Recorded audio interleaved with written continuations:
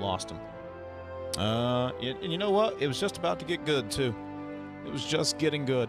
We lost Should him. we take the break and maybe he'll call back? I don't know. You know what? We can take the break, and we can see if Ethan can reconnect with him, because I want to hear where he goes with that answer. I don't know. CJ, I'm just saying, we just started bringing up some deep stuff, and then it gets cut off. Is the Illuminati listening to the show? Just saying. Welcome back to the show. 3 minutes away from 8 o'clock. 8 o'clock? That's it. I'm going home. Dang, man. See ya.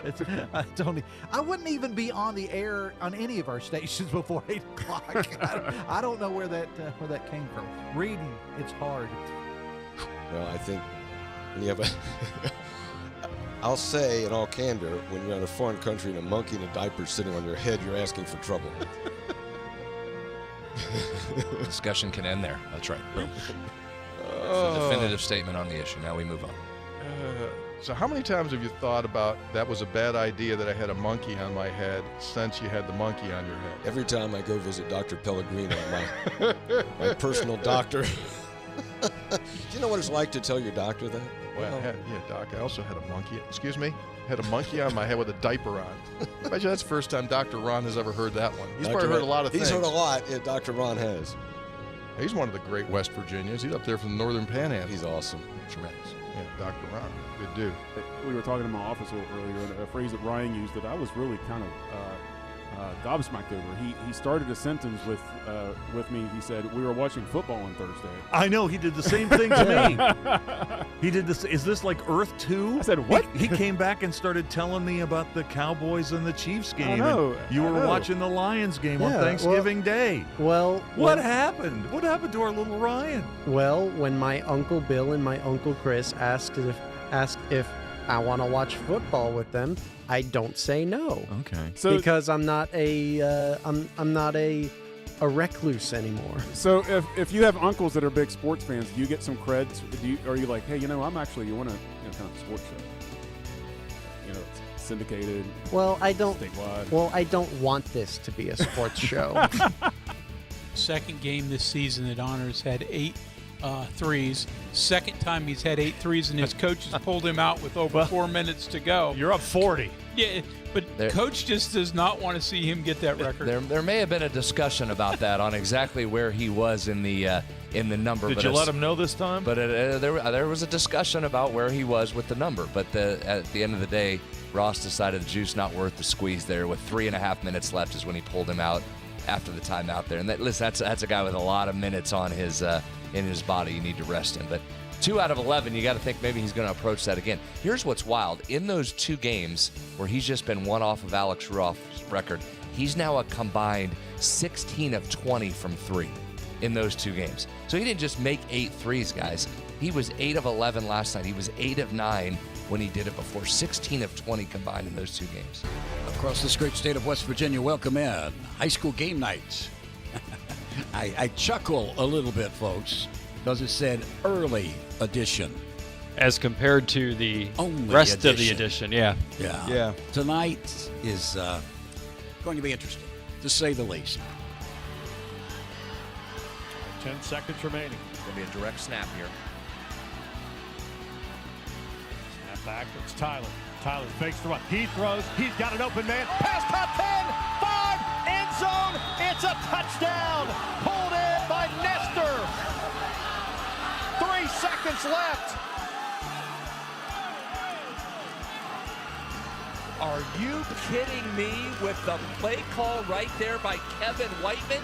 Again, forget the game-winning field goal. Whiteman says, we're going to try and win this thing right now. The direct snap to Tyler sucked everybody up, and Nestor slips behind. What an unbelievable gutsy play call, and then perfect execution by these Falcons.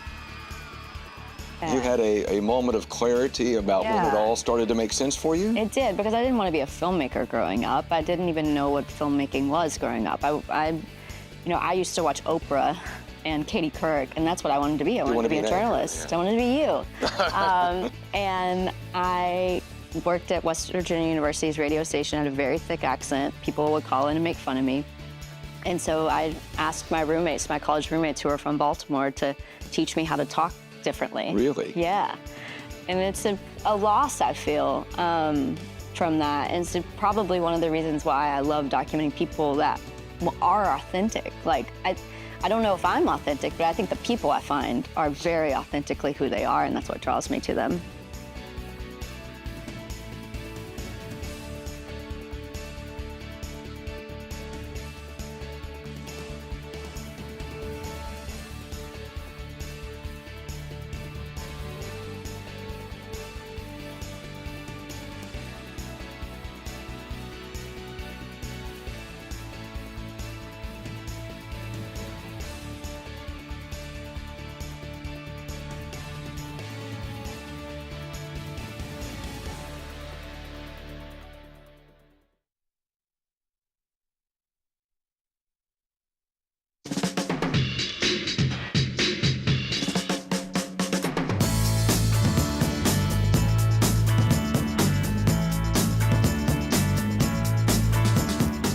Made it to a Friday, and we have a loaded show for you. This is Talk Line from the Encova Insurance Studios. Do not attempt to change the station. You are surrounded. We interrupt this program to bring you an emergency news bulletin. Repeat, this is an emergency bulletin. Keep your radio turned on. From the studios of WVRC Media and the Metro News Radio and Television Network, the voice of West Virginia, comes the most powerful show in West Virginia. This is Metro News Talk Line with Dave Wilson and TJ Meadows. Check set line up link. Activated Telos telephone. Switch network control from Charleston to Morgantown. Stand by. Q Dave and TJ. You're on. Metro News Talk Line is presented by Encova Insurance, encircling you with coverage to protect what you care about most. Visit Encova.com to learn more. And good morning. Welcome inside the Encova Insurance Studios. Dave in Morgantown, TJ's in Charleston. Sophia Wasik is our audio producer, and Jake Link handles the video stream. If you are watching over on the Metro News TV app, or you can find us, we're live on Facebook and YouTube these days as well. Phone number is 800-765-TALK, 800-765-8255. You can text the show at 304-TALK-304. Steam release comes up at 11:33. Your chance to vent, get it all off your chest as we head into the weekend. We've got a lot to get to before then. Brad McElhinny will be by. The latest from Capitol Hill with Ryan Schmelz. Chris Stirewalt, his thoughts on what's happening. Also, Grover Norquist, who was with Governor Morrissey yesterday, will join us a little bit later on. Say good morning to TJ Meadows in Charleston. Loaded show this morning, TJ. Loaded. Good morning, sir. Good morning to our Cracker Jack team. Let's prove why we're the most powerful radio show in West Virginia. Let's do it. Well, we'll find out here in less than 2 hours. Let's start with the state Senate. Yesterday, the state Senate approved a bill that would make the Aiken Bible available in classrooms for 4th, 8th, and 10th graders' social studies classrooms across the state. There's also been a lot of talk about the school aid formula, the school bailout bill. Teacher pay came up in Senate Education yesterday, and at the heart of all of those discussions yesterday was the Senate Education Committee Chair, Mason County Senator Amy Nicole Grady, who joins us on Metro News Talk Line. Senator, good morning. Thanks for the time. Good morning, Dave and TJ. Appreciate you coming on. Let's start with Senate Bill 388. It would make the Aiken Bible available to classrooms that I mentioned, social studies classrooms, 4th, 8th, and 10th grade. What are people getting wrong about this bill? They're getting a lot of things wrong, actually, Dave. You know, it's a very short bill. It's 3 sentences. And I'm constantly hearing and reading separation of church and state, separation of church and state. Well, you know, the First Amendment has 2 clauses. One says that the government can't create an official national religion, and the other that the government can't stop people from practicing their religion. This bill does not impede on any of those. And so in my closing remarks yesterday, I spoke for probably the longest that I've spoken on the floor in a while, for about 6.5 minutes on the reasons that this bill does not violate the separation of church and state. And the number one reason is that if you use a Bible or any text as a historical object, it's just like teaching from other documents or using other documents to help kids understand. And that's why this bill in the Aiken Bible is actually used just a resource, a historical resource that has a lot of significance to our nation. And that's the purpose of this particular Bible being in the bill. Senator, good morning. First off, let me say this. I want a Bible in every classroom. And if you need help paying for them, donations, give me a call. I'm glad to volunteer. But okay, thank you. when it comes to separation of church and state, let's look at that historically. Let's go back to the wall of separation that Thomas Jefferson talked about with the Danbury Baptists. The Danbury Baptists were concerned that Connecticut was taking a stance in an official church. They did not want the Church of England here. They did not want an Anglican church. They wanted to be Baptists. They didn't want one denomination favored over the other. Historical significance aside, and I agree, we can talk about the history. I think we should. I don't know that we need the Bible to do that.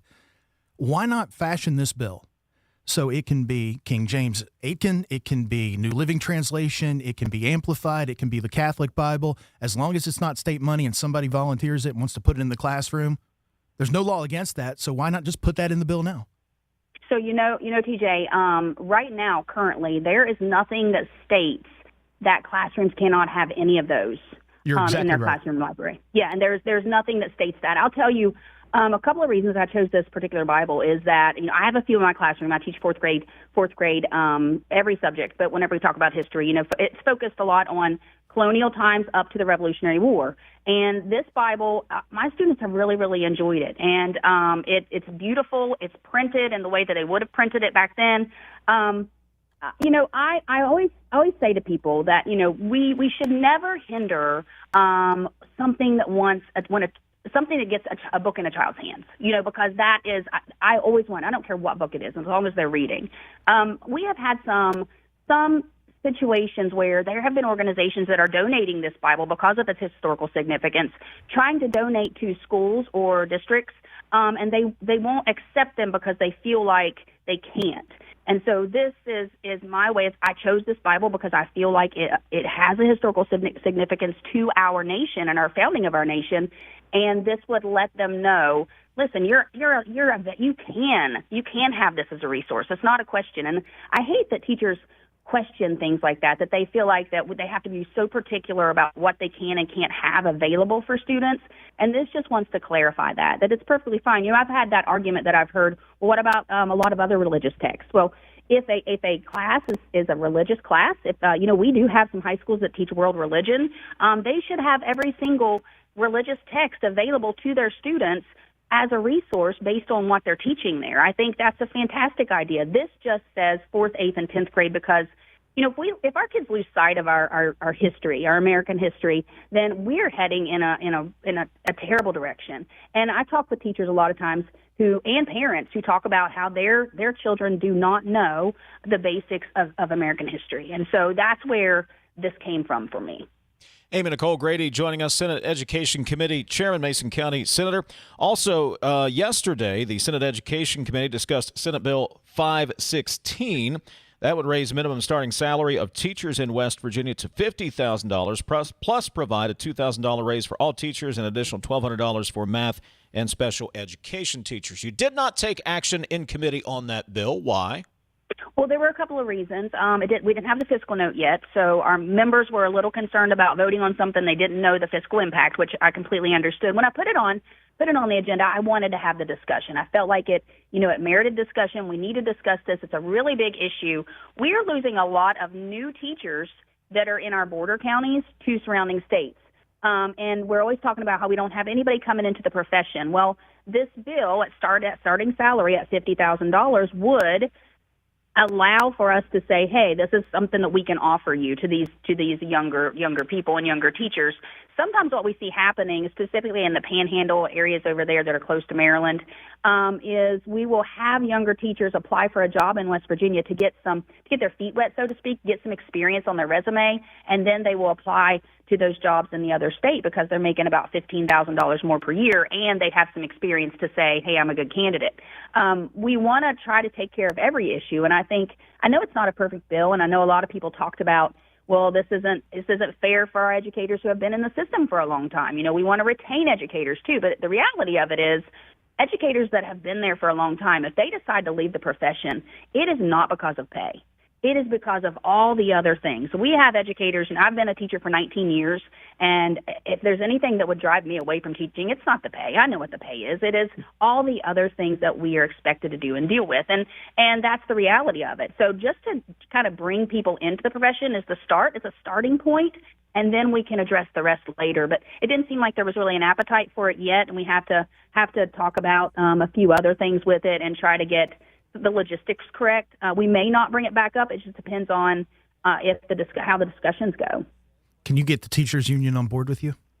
I was really surprised by Christy Skidmore. I have a really good relationship with her, but I was really surprised when she came to the podium yesterday and brought up some concerns about it, because I see the problem we're trying to solve, and sometimes you can't solve all of it at once. You have to take a small bite of the apple, and I felt like starting teacher salary is a big bite of the apple, and they didn't seem like they were really thrilled with it. So it shocked me, and it kind of made me rethink some things. But we can't. It's just you got to do what you can do right now, and taking small steps in the right direction, I think, matter. Amy Nicole Grady joining us, the Senate Education Committee Chairman. The Senate has also started to discuss what TJ and I are calling the school bailout bill. That was the bill passed quickly through the House of Delegates in response to the financial emergency in Hancock County. What concerns do you have with that bill, and how can those concerns be addressed? Well, there are quite a few concerns. That bill the language is confusing, and it's very hard to understand for the majority of people. And I've talked with several House members who passed that bill over, who said, we passed that bill thinking it was of urgency and we needed to do it right away. And now we've learned so much more since they passed it over to us from the department, what's going on in Hancock County. In the beginning, it was said that the employees weren't going to get paid for February, so there was some urgency to that. Now we know that they're going to get paid through April.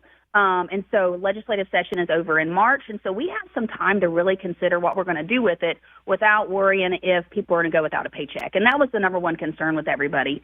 We already have the ability to make a supplemental appropriation to counties that have this situation. We've done that with Boone County in the past, and personally, I think that works really well, and I don't know why we would go through all these changes to change how we're doing it. If we just do an appropriation where they can pay it back, I think that's worked really well, and there's no need to change something we're doing already. But I'm just one person.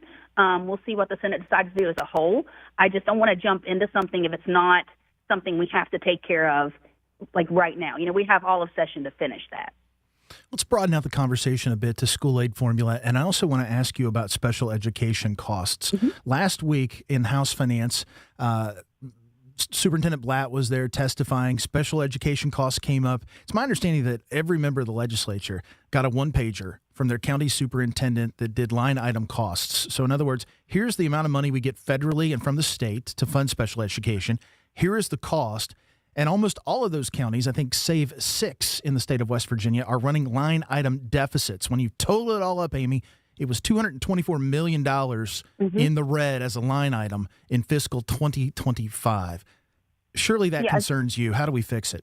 It does, and this isn't something that's new. It's just something that's coming out to everybody now. This is something people involved in education have known for a long time. And there's always that argument of, well, you get federal dollars for those special education students, or you get federal dollars for this or that. But those federal dollars have a lot of red tape with them. So there's only certain ways that counties can spend that money. And you have such a broad range of students with special education that need special education resources or with disabilities. You may have a student who has an IEP because they have ADHD, and it doesn't cost as much to maybe provide resources for that child. But then you might have a child who has cerebral palsy who needs a one-on-one aid and has, a profound disability. That child can cost 10 times as much to provide the resources and educate as somebody else. And so, we have to consider that not all children require the same resources. Not all children cost the same amount to educate. And so the counties have a really good perspective on that, and I love that they sent that out to everybody. As education chair, I got one from every county, so you can imagine. But the numbers are concerning, and I think a lot of people not involved in education don't really realize how much more it costs to educate children with special needs. Amy Nicole Grady, Senate Education Committee Chair. Amy, I know you're working on some education bills. It was kind of a lightning round today. We'll have you back when TJ and I are back in the Capitol. We'll talk about some of those as well. I appreciate that, Dave. You guys have a good Friday. You as We're well. going to talk about your basketball coaching, too, there, Coach. Oh, You're not well, we getting did off the that hook. already at Dave Allen. Well, well, I know a few things Allen doesn't. So Dave Allen, small potatoes. Don't worry about him. I get it. All right, thanks. Amy Nicole Grady, Senate Education Committee Chair. This is Talk Line from the Encova Insurance Studios. More in a moment. Coal-based generation remains the backbone of West Virginia's energy portfolio, ensuring reliability, security, and affordable electricity throughout the region. Our coal plants are engineered for performance, designed to run most efficiently at or near a 70% capacity factor. This level of operation is not arbitrary. It's based on sound engineering principles, scientific analysis, and has been formally adopted by the West Virginia Legislature as a reasonable target for optimal performance. When our coal fleet operates near that benchmark, it provides stable power to the grid, maintains cost efficiency, and supports thousands of good-paying jobs across our state. Coal generation also drives local tax revenue that sustains schools, infrastructure, and community services. Working in partnership with state leaders and the Trump administration, we're ensuring that our coal fleet remains modern, efficient, and ready to power West Virginia and beyond for decades to come. This message brought to you by the West Virginia Coal Association and Friends of Coal.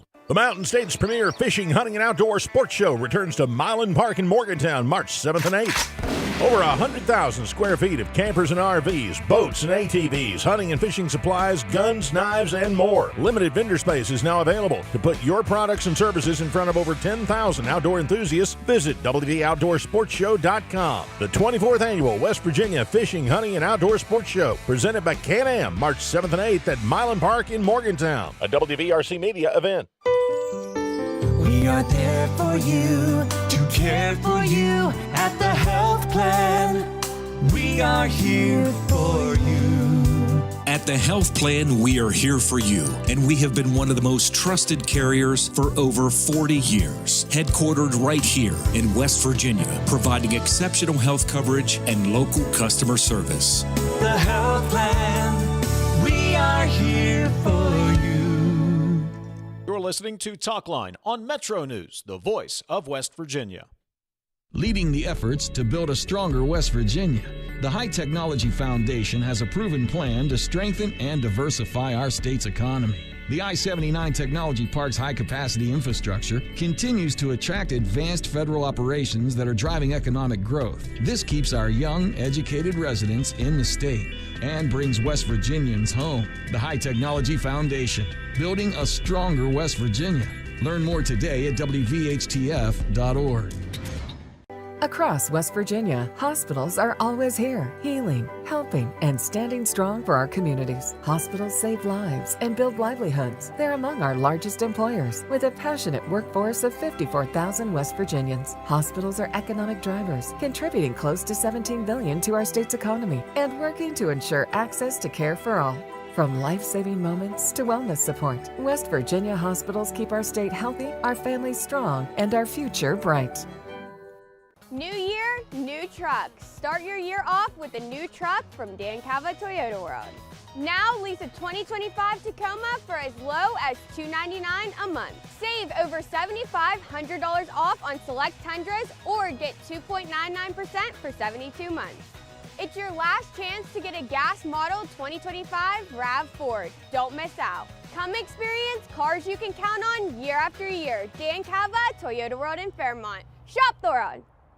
Poca Valley has proudly served the citizens of Roane, Kanawha, Putnam, and surrounding counties for over a century. As your trusted community bank, we're committed to building relationships and meeting your financial needs. And with the Poca Valley Visa card, you can enjoy competitive interest rates, no annual fees, and a rewarding points program, all from a bank you know and trust. Visit your local Poca Valley office to apply or call us. Poca Valley, where relationships matter. Member FDIC.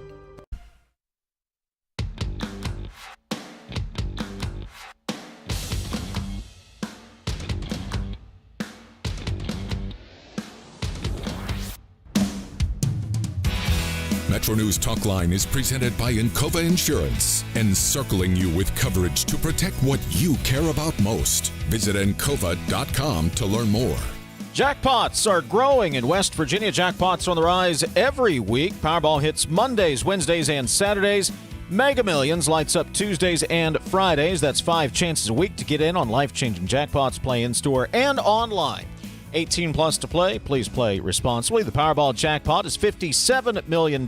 Mega Millions jackpot is $303 million. So go ahead, play today. Now, Schmelz must be busy again, TJ. He's abandoned us once again. Some big name must be having a press conference. Mike Johnson, Speaker Johnson, has a tendency to have some 10 o'clock briefings. I wonder if he's got another one going on. Oh, did you see the breaking news this morning? What do you got? From CNN? No. Don Lemon got arrested? Oh, yeah. I read the headline. I didn't go any further. Why did he get arrested? Well, that's as far as I got was the headline. I assume it has to do with the Minnesota church, would be my guess. I would say you're right. But, yeah, I'm kind of like you on that one. I got to the headline and went, oh, okay. Sounds about right. And moved on. Let's get to our text line, 304-TALK-304. Texter says, I don't believe we should be putting Bibles in the classroom except for comparative religious studies in high school, and then several different religious texts should be explored. Good conversation on education, says the texter. Please do not give teachers pay raises until some standards are imposed. The attitude of we are trying to figure out what's wrong with education, and that time we have failed to educate many kids. That's about Trump. This is an attempt at religious indoctrination, says the texter. Sorry, go ahead.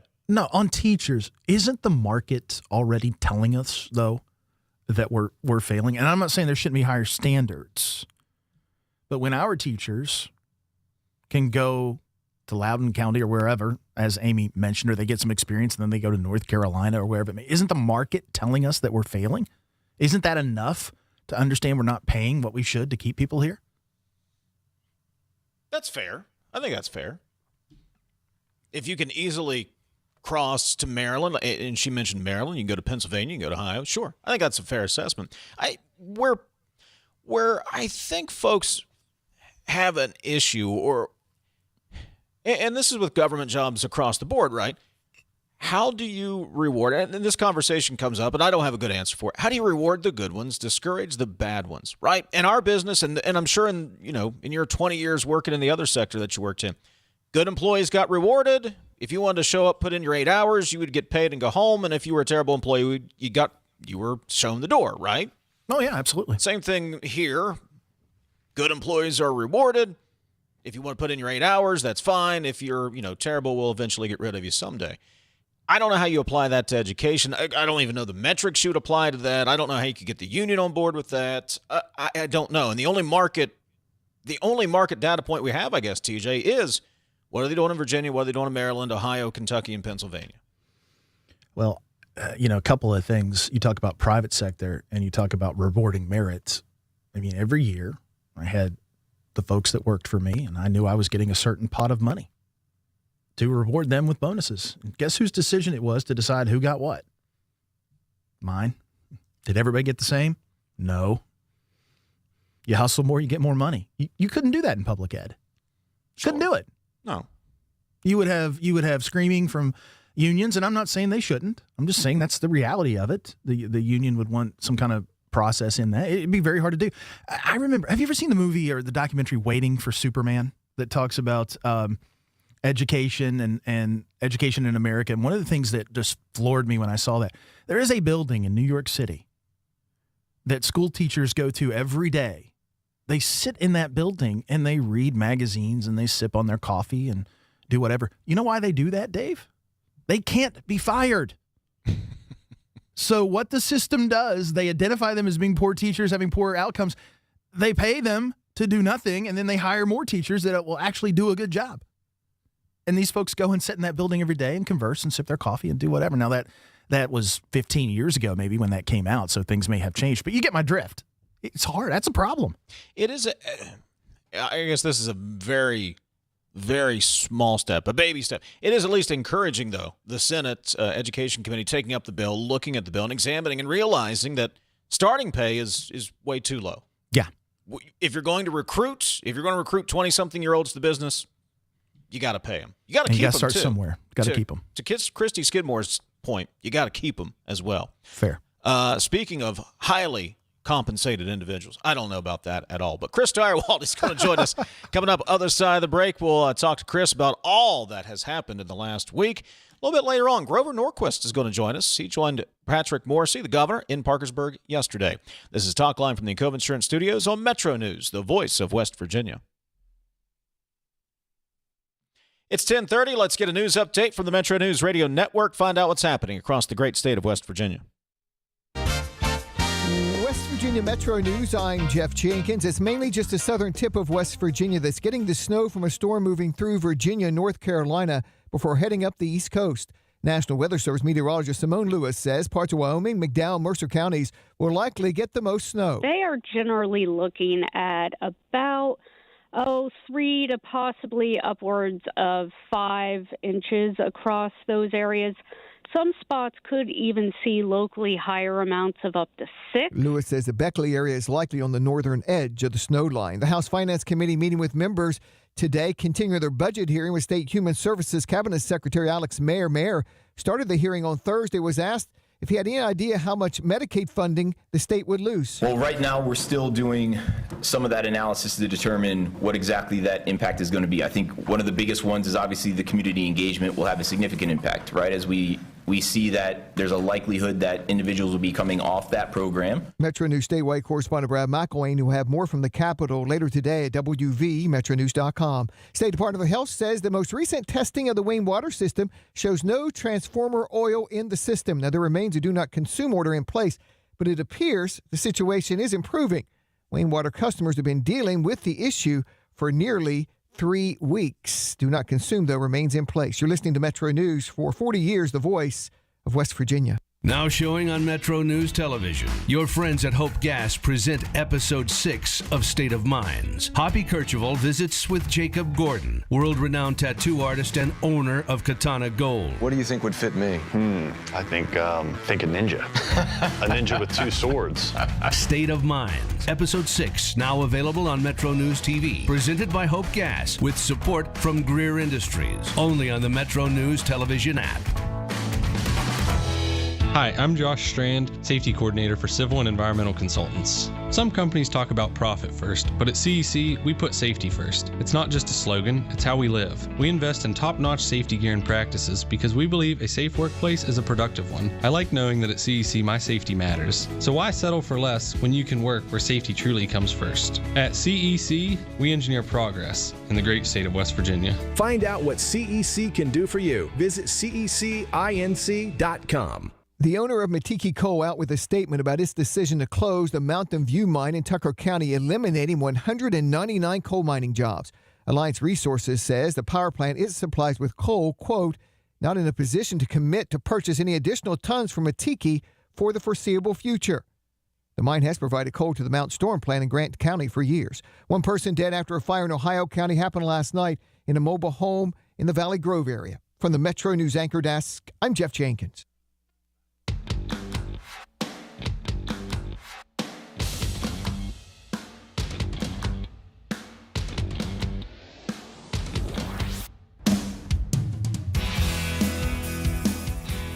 We'll get back to the text line, 304-TALK 304. Brad McElhinny's second hour will join us from the capital city.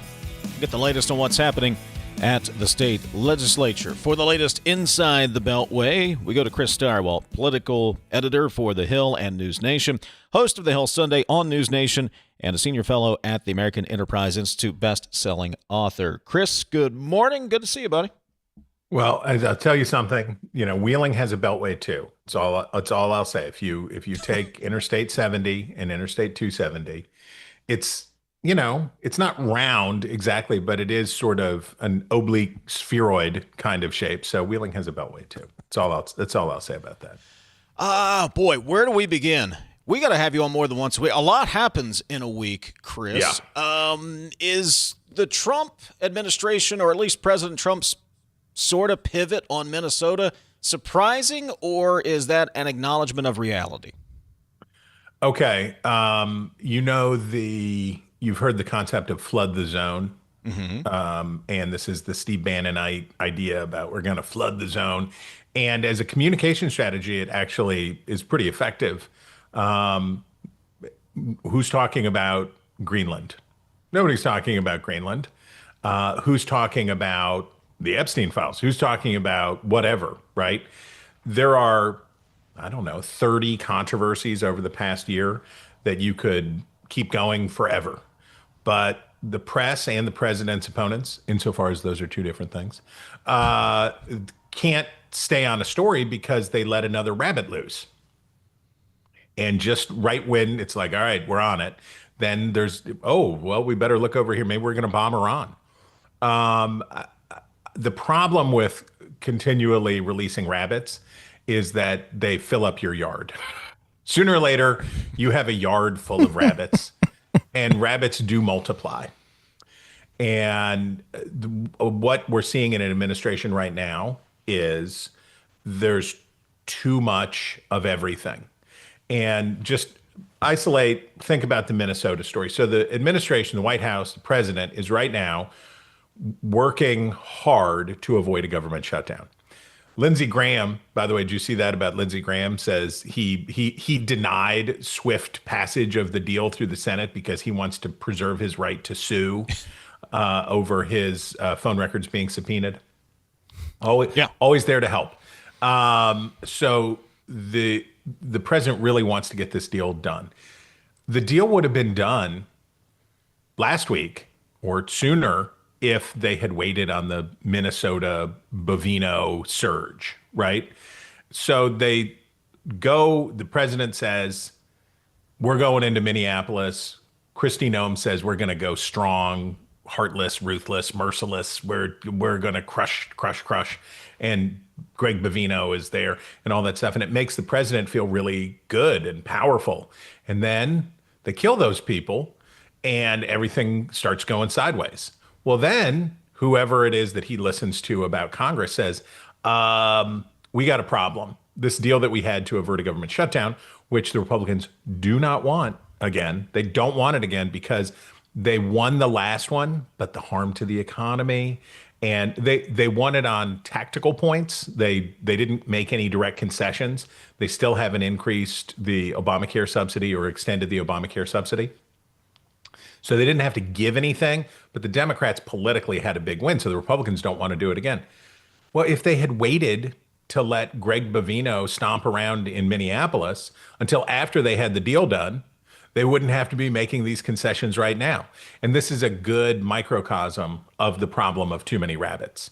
And for example, the president, so we now don't have a line between the White House and the Justice Department. The Justice Department has attached somebody to the White House to investigate corruption, which is the final, like, we're not even going to pretend like this is an independent, there is no independence to the agency. So now they take former CNN host and notable attention enthusiast Don Lemon into custody in Los Angeles over his disruption of a church service that was being led by an ICE official in LA. Okay. Well, now the good news is everybody will talk about Don Lemon. The bad news is it probably will fail. And if it did succeed, it would probably be even worse because the convincing people, I'll shut up by saying, convincing people that you don't care about the First Amendment or the Second Amendment or the Fourth Amendment, or let's go down the Bill of Rights, convincing them that you don't care about those things, as the administration learned in their dismissive approach to people's Second Amendment rights after the shooting, the most recent shooting in Minneapolis. All those rabbits pile up, and pretty soon they eat your vegetable garden. Digging the sweater, by the way. Love that. Send me the name of your tailor. Looks very good. It's cozy vibes. It's cozy vibes, brother. Gotcha. If I were a journalism professor, I would use Kristi Noem and Greg Bovino and their press statements to teach my students what not to do and how not to effectively handle a situation. Here's my question for you. For a guy that prides himself on making executive decisions and being able to fire people who are incompetent, what's the frustration? What's the delay in not booting Noem off the team? Well, that was a TV show, right? That was a game show that he hosted for a long time, and it was very popular. Donald Trump is not a "you're fired" guy. He is a "we're keeping our options open" guy. Donald Trump doesn't commit to things. He hedges his bets. He plays the longer game. He waits and waits and wheedles and negotiates and nudges and pushes and threatens and back and forth and back and forth. This is not, whatever you think of their objectives, this is obviously not a well-run administration. This is not an efficiently or effectively run administration. To wit, Tulsi Gabbard, who Republicans in the Senate said, too weird, it's too much. We can't do Edward Snowden enthusiast Tulsi Gabbard as the director of national intelligence. And the sotto voce answer came back from people around the president. Don't worry, she's just a hood ornament. This is for messaging. She's not going to. We will protect actual foreign policy and intelligence gathering from this person who thinks that Edward Snowden is a great hero.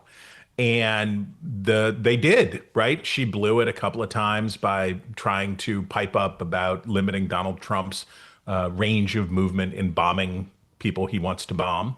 And so she was effectively sidelined. Now she shows up in an elections office in Fulton County, Georgia, serving a warrant that was obtained by a federal prosecutor in St. Louis. I'm sorry, what? Yeah. The president, it's rabbits, brother. It's rabbits all the way down. He keeps loosing like, oh yeah, do this, I want that. Oh yeah, you do that, I want that. Not understanding that the rabbits get in each other's way, they cause problems. If you really want to avoid a government shutdown, if that's important to you, that has consequences. Like we can't arrest former cable news hosts. We can't let Tulsi Gabbard do a photo op, Kristi Noem style, down in Fulton County, Georgia. There are things you can do but should not do. And the president does not have a good grasp on the difference between can and should. Chris Stirewalt joining us here on Metro News Talk Line. Broader question about politics. We had you on a couple of weeks ago, and we were talking about how the Republicans had some momentum. Tim Walz, you had this fraud scandal, and then they pushed too far, then this scandal breaks. Democrats have some momentum. You've got you're pushing back. The tide is turning on the immigration policy, and they storm a church. And it seems, Chris, that every time one side gets a little bit of positive momentum, either they intentionally or they just can't read the tea leaves, they push way to the right, way to the left, whatever, and they blow it and create another opportunity for the other side. Well, don't forget about the power of nut picking. Which is the obverse of cherry picking. This is my friend David French coined the term. Nut picking is you can find the nuttiest nut on the other side and engage in part to whole fallacy.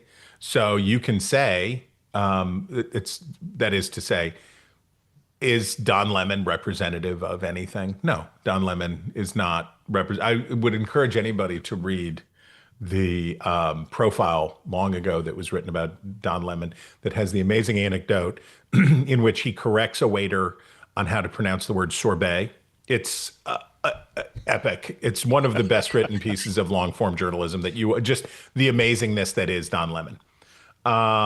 And Don Lemon isn't representative of anything or anybody, but he is a nut to pick and say like, aha, this is what you're all like.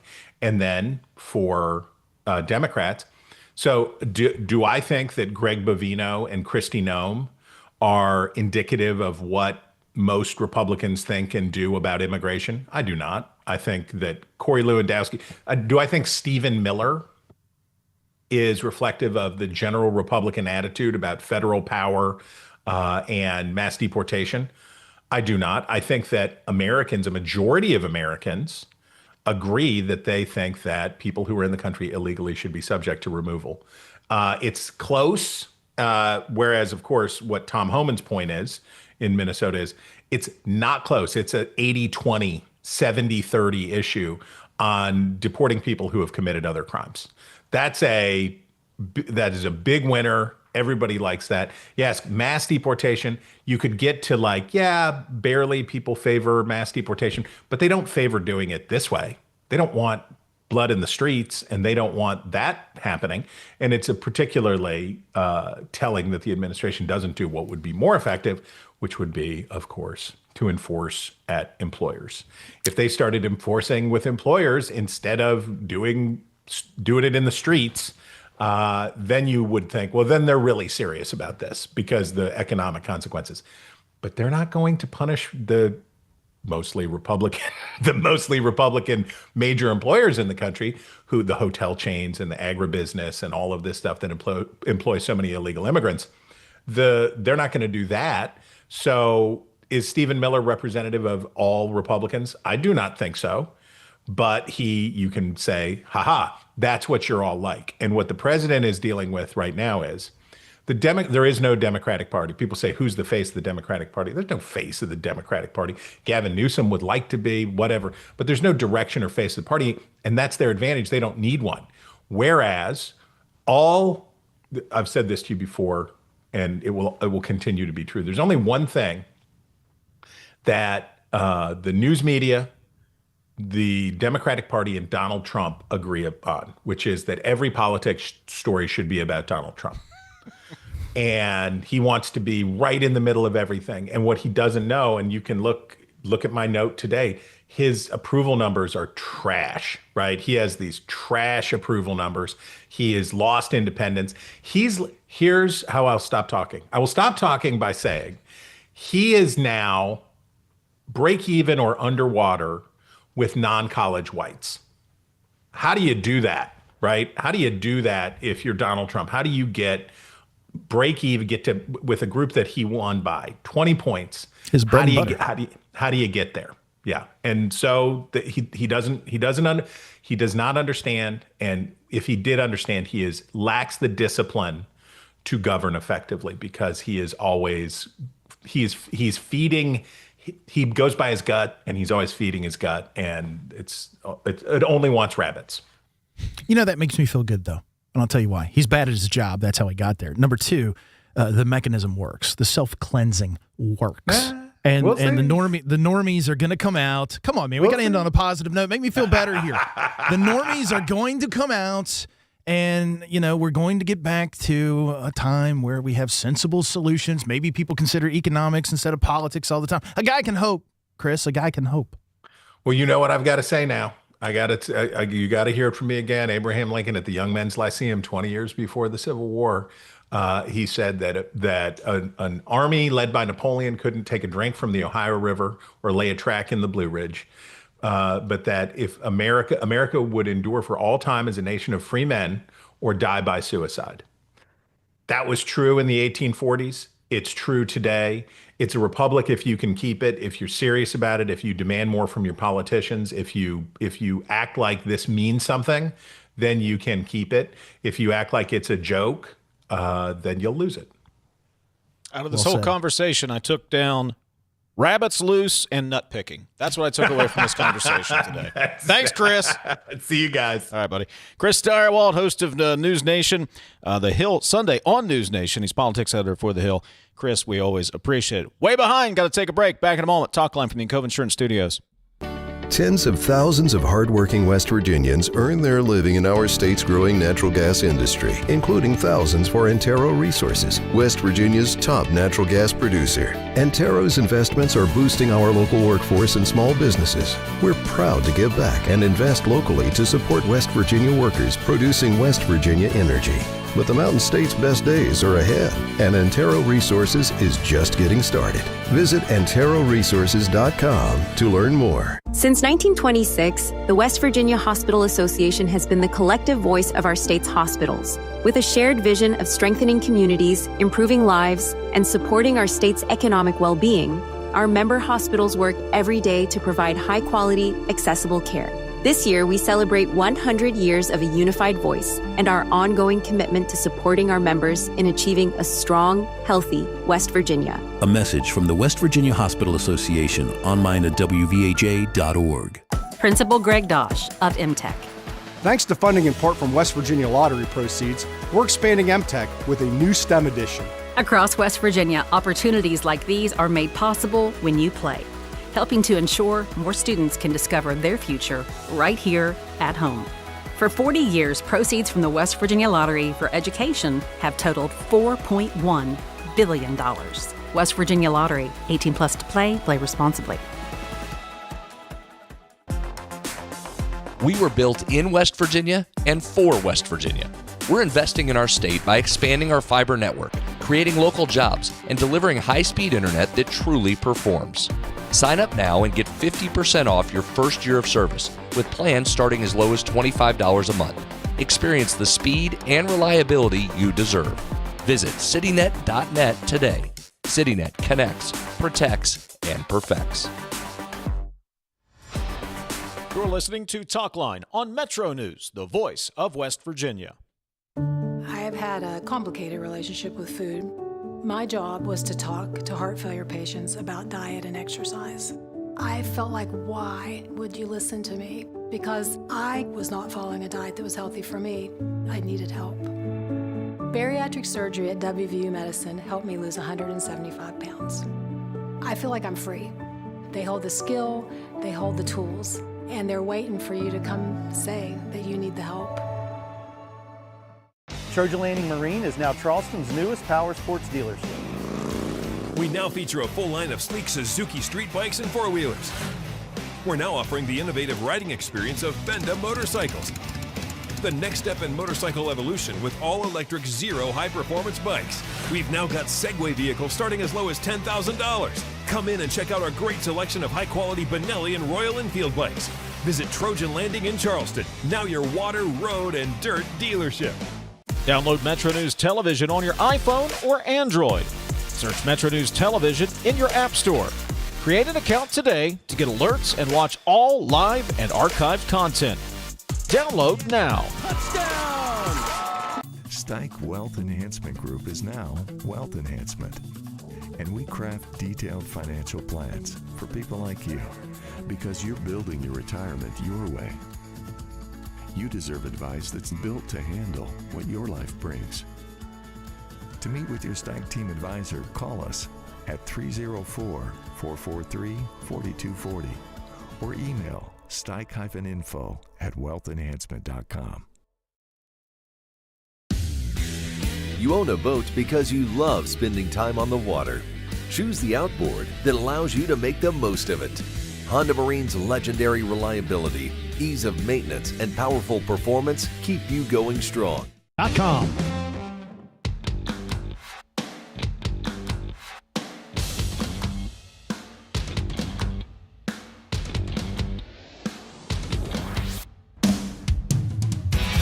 Metro News Talkline is presented by Encova Insurance, encircling you with coverage to protect what you care about most. Visit Encova.com to learn more. Couple of texts here, and then we'll take one more break for the hour. 304 Talk 304. Texter says, I'm not worried about rabbits, and it's those daggone squirrels that keep me up at night.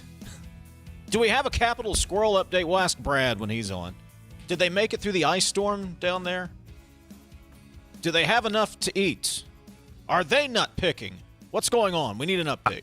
I actually saw a few last week when we were there first time. I guess I was paying attention. I even took a picture. I should send the folks the pictures, but yeah, they're there. Stirewalt quoted the amazingness of Don Lemon. Really? Stop having this left-wing nut on. Nobody cares. He is from West Virginia, and TJ is just as bad as him.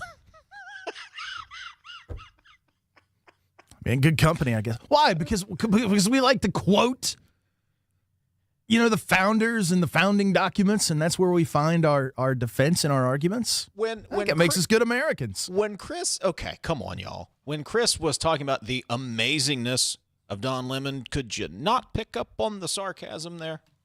Come on.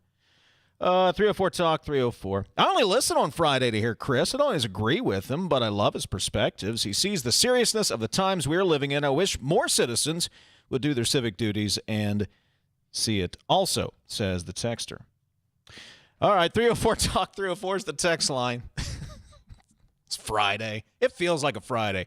What day did you think it was when you got up this morning? I did think it was Friday. Okay. Luckily, I didn't think it was Saturday, or else I wouldn't be here.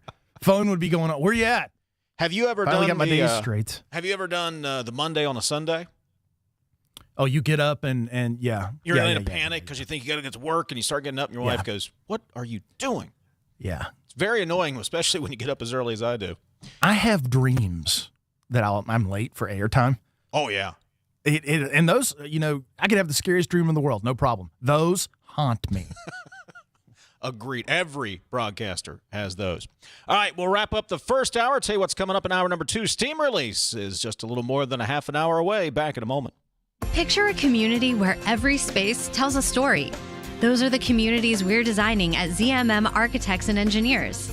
With a blend of creativity and technical expertise, we design spaces that inspire, innovate, and ignite change. From cutting-edge educational facilities to community-centric gathering spaces, we're committed to improving lives through design. Let us help you shape a brighter future for generations to come. Because at ZMM, it's more than architecture. It's about building your legacy. Hospitals drive West Virginia's economy. They produce jobs and create opportunities while keeping our communities healthy.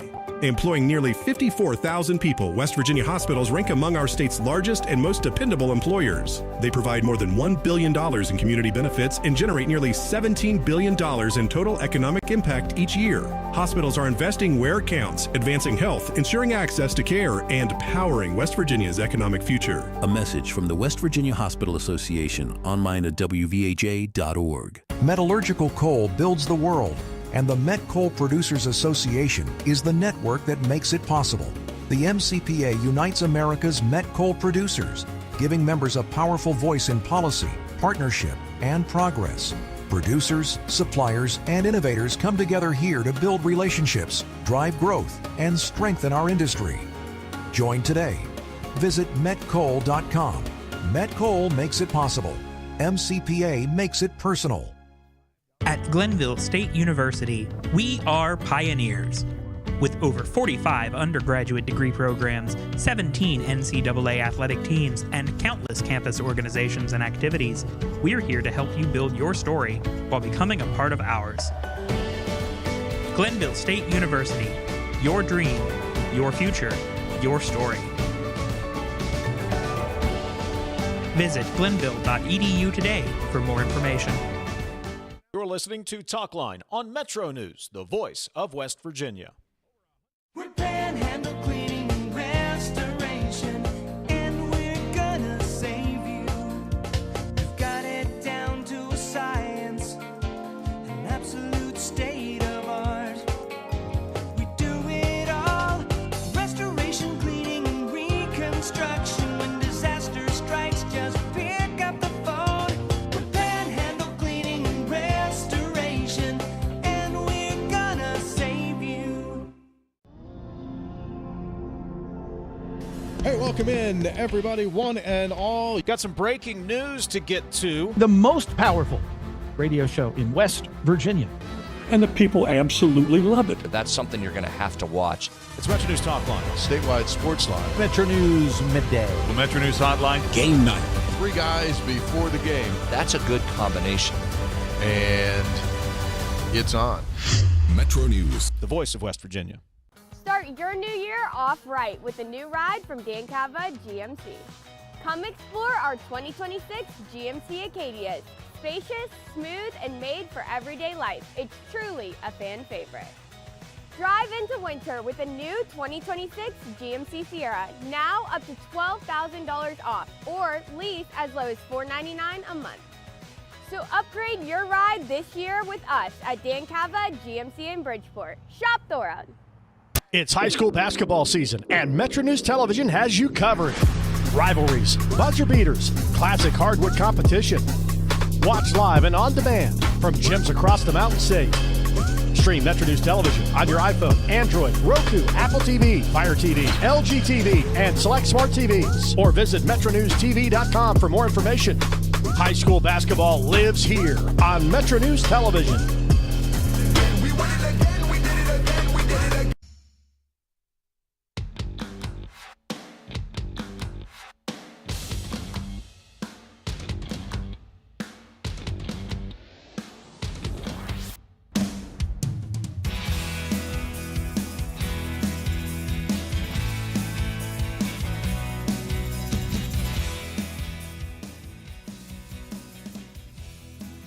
Boy, we went way long with Stirewalt. That's okay.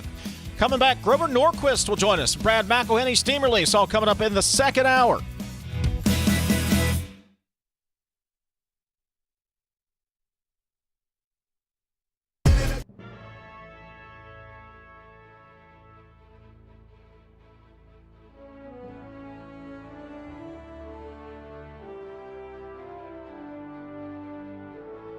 Lost him. And you know what? It was just about to get good, too.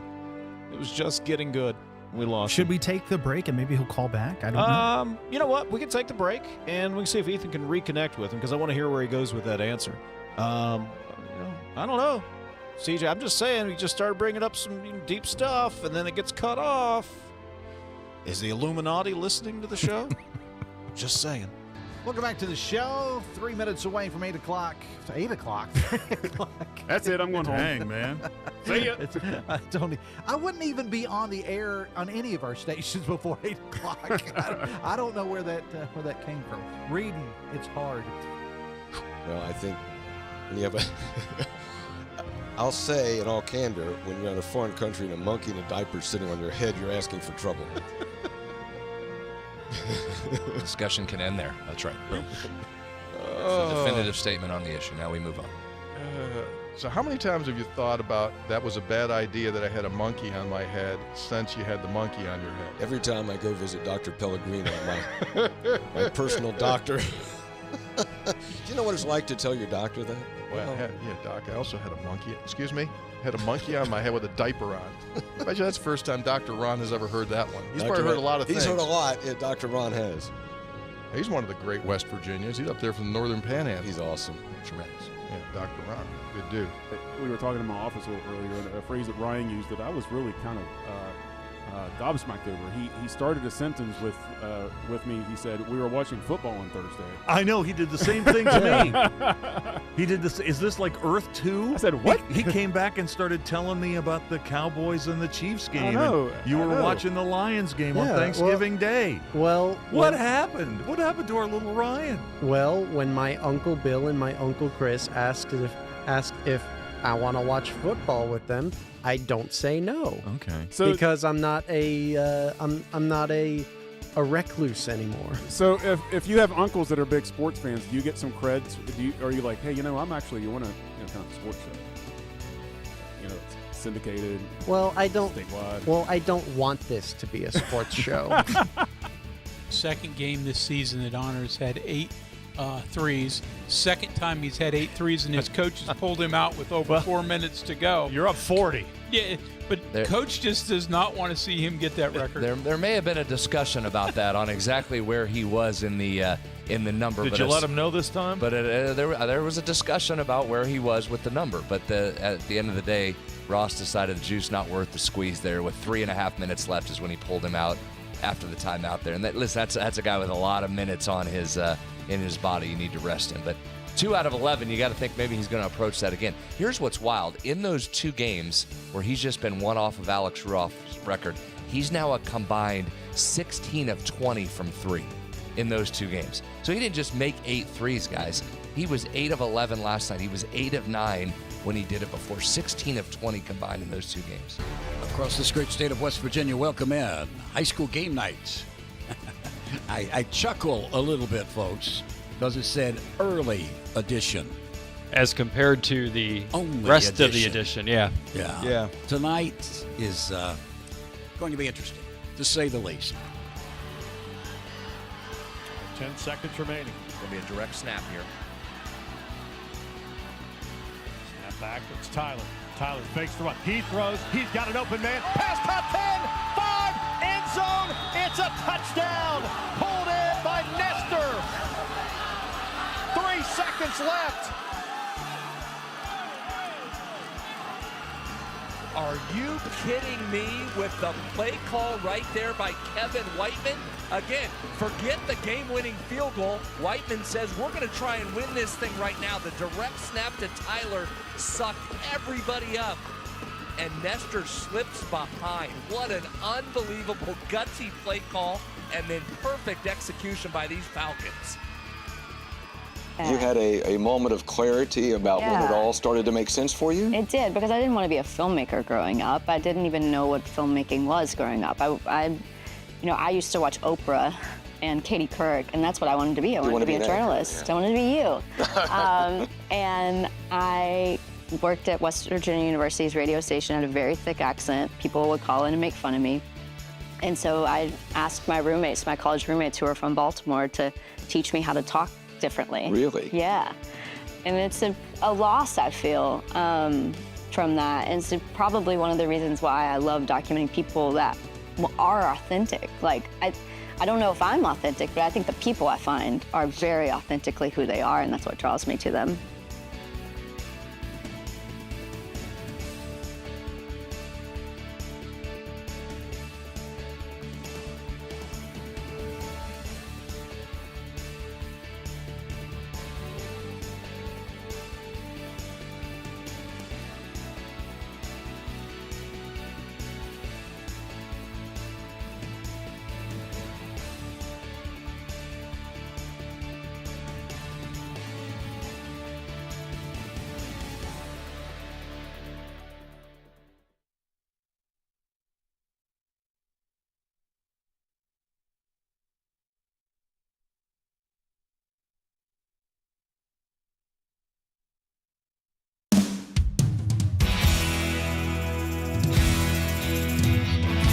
Metro News Talk Line is presented by Encova Insurance, encircling you with coverage to protect what you care about most. Visit Encova.com to learn more.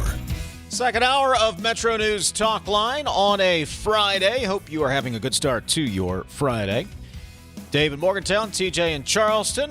Sophia Wasik is sitting by at 800-765-TALK, 800-765-8255. That's the phone number. Text the show at 304-TALK-304. Brad McElhinny has an update from the state capitol. We'll find out what is happening as the legislature wraps up the week. I think it's day 17 of the legislative session.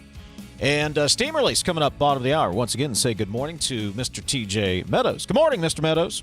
Sometimes in lobbying shops, if they've got so many days to get a bill done before it's up on passage, they have a calendar, a tote board. And every day they pull one off, like 17 days left, 15 days left. We need one of those for the session. I'm gonna get on that. You work on that. Let's get that ready. How about Jake? Jake, can you do that? Jake's a jack of all trades. Yeah, digitally. Ooh, even better, that it can be right on the video web stream. Hey, you're on to something there, Meadows. You're on to something. I like it. Every now and then, even a blind squirrel finds a nut. Well done on the callback. Well done. Yep. Steam release coming up bottom of the hour. Back in 1985, at the request of President Ronald Reagan, the tax advocacy group Americans for Tax Reform was established. Grover Norquist is the president of Americans for Tax Reform. And we had the opportunity to speak to him yesterday as he made a visit to West Virginia. Governor Morrissey held a news conference in Parkersburg on Thursday. He was pushing his proposal to further cut the state income tax. Joining him in Parkersburg on Thursday from Americans for Tax Reform, the founder of Americans for Tax Reform, a taxpayer advocacy group founded back in 1985, Grover Norquist, who joins us on Metro News Talk Line. Grover, good morning. Thanks for joining us. Absolutely. Good to be with you. West Virginia is already on a path to reduce the personal income tax down to zero. There are economic triggers in place. Is that the right path, in your opinion, for West Virginia to be on? It is, for a number of reasons. One, taking the income tax to zero sends a message to the world that you will be having your spending under control as well as your taxes. And it attracts businesses and CEOs and investment, and it allows kids to decide that they will stay in West Virginia after high school, after college, because jobs will remain here. If you look at the difference between the 8 states with no income taxes and the other 42 states, the states with no income taxes grow faster, and people move into them, people invest in manufacturing and in businesses in those states. And there were 11 states that created their income tax only since 1960. Every one of those 11 was promised their healthcare would be better, crime would go down, and they'd have more economic growth and more jobs. On every measure that was talked about and promised that and that other taxes would go down, okay? By every measure, those 11 states did worse compared to the other states. So by adding an income tax, they grew less rapidly than the other states. By adding an income tax, their other taxes went up more than the other states' other taxes. They did less well on healthcare, less well on crime.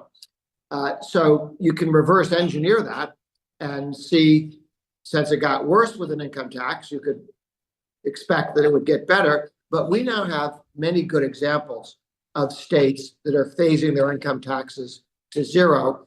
And we see in North Carolina, income keeps coming up, the numbers of people keep coming up. They have more revenue with lower and lower and lower income tax on the way to zero. So yeah, we have some very good historical cases and comparisons between different states that look like each other. New Hampshire and Vermont. Vermont spends twice as much as New Hampshire. The roads are not as good. The schools are not as good. The snow plows are not as good. Talk to us about this idea that is surfacing. The governor mentioned escalating the PIT, cutting it by another 10%. There is an idea of some sin taxes. So if we're going to cut income tax, should we levy a new consumption tax, whether that be across the board or a sin tax? Should the governor do that in order to get the PIT down? Should we accelerate taxes in other forms such as consumption? I think you're better off working on reducing spending as the quote unquote pay for. When you trigger down, the way you get the income tax down is you simply don't grow spending as rapidly as before, and you use that less growth of spending to pay for, to replace higher income taxes. I think it's much better off comparing apples and apples. The way to keep spent taxes down is to reduce taxes, not to shift them around and hide them. When people have decided New Jersey, 1965, no income tax, no sales tax, very high property taxes. We must do something about property taxes. What should we do about property taxes? Let's replace property taxes by having a sales tax added on. So in 1965, they added a sales tax to the property tax. 10 years later, property taxes were so high and there was a sales tax that they had to fix that and get the property taxes down by adding an income tax. So now New Jersey, which in 1965 had property taxes that bothered people, but no sales tax and no income tax, now has property taxes that irritate people, a sales tax and an income tax, and they're out of control on their spending as a result. Trying to replace one tax with another, you can do that sometimes, making different trade-offs, but ultimately the deadweight cost of government is how much the government spends, how much it takes out of your income and spends. It can borrow it and spend it or take it and spend it. And you want to reduce the total burden of government, both regulations, and the governor spoke to that today, about how, as in his earlier position, he fought against federal government regulations, and a lot of money was saved in regulatory burdens, and now looking at taking the tax burden down. The reason for speeding up bringing the income tax rate down is that we are in an area right here in West Virginia, next door to Kentucky, which is phasing down to zero, and they've been speeding up and increasing the speed at which they're going to zero beyond what they had planned through the trigger. Then you have Ohio, which used to have 9 rates, then more recently got down to 2 rates. January 1st of this year, they have 1 rate, 2.75. Their next governor and the heads of the House and Senate have committed themselves to zero. So when you're trying to get the attention of people looking to build jobs, factories, and opportunities in West Virginia, you are competing with saying, our next 50 years is going to look better than their next 50 years. And our proof of that is how consistently we're moving towards zero on the personal income tax to keep spending and government costs down. You do have an advantage that Virginia, next to you, has decided not to be a competitor in this issue of looking for jobs other than federal government jobs, because they're now in the business of raising taxes and regulations. They just added $1 billion in cost to energy by joining that New England, North Atlantic, a place where they all agree to make their energy more expensive by making it green. And that is going to make it difficult for manufacturers to ever want to work in Virginia. Grover Norquist is joining us, president of Americans for Tax Reform, the advocacy group that works to limit the size and cost of government. Legislators who are nervous about increasing the reduction of the income tax too quickly have used Kansas as an example of a cautionary tale. What happened in Kansas, and is that applicable to West Virginia's path? Well, there are many lessons from Kansas and other states, and that's the great thing, that West Virginia has been able to put together a very good trigger to zero, having watched the other states that have been doing this over the last several years, but also moving forward quickly as well. In Kansas, you had several challenges, one of which was the Senate didn't want it to happen and the House did want it to happen. So you had the Senate trying to sabotage the whole thing all the way through. And the Supreme Court there, which was very left-wing, dropped a $400+ million expense. You must spend $400 million more on education than you've already been spending. And you have to go get that money somehow. Well, that's not constitutional what they did. They did get jammed, and they had to back up and start again. They spent too much money. So step one that we learned from them, don't let the Supreme Court tell you how to spend your money. That's not their job. Step two, don't spend so much money. Step three, look to take the reductions in cost of government as you bring the income tax down. So what has Kansas learned? They learned just that. They removed the liberal Republicans from the Senate who had fought against reducing taxes and spending.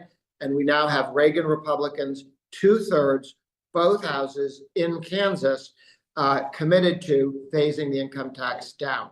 They just passed a bill with 2/3 support in both houses, every single Republican, overrode the Democratic governor and began the process of taking their income tax down to a single rate. And then they want to move on to take it further down there. So they learned, one, tell the Supreme Court they're not allowed to spend money, and two, work on spending and tax reduction at the same time. Talk to me, and let's play a hypothetical for a second. Let's assume that we have starved the beast and government spending is at a prudent level and is being used to provide a prudent, reasonable level of service to its citizens. If we were to reach that point in West Virginia, income tax off the table, we don't want to tax labor, then what is best? Because we can't generate revenue. The only way to do that is tax. So is the best tax a sales tax, a property tax?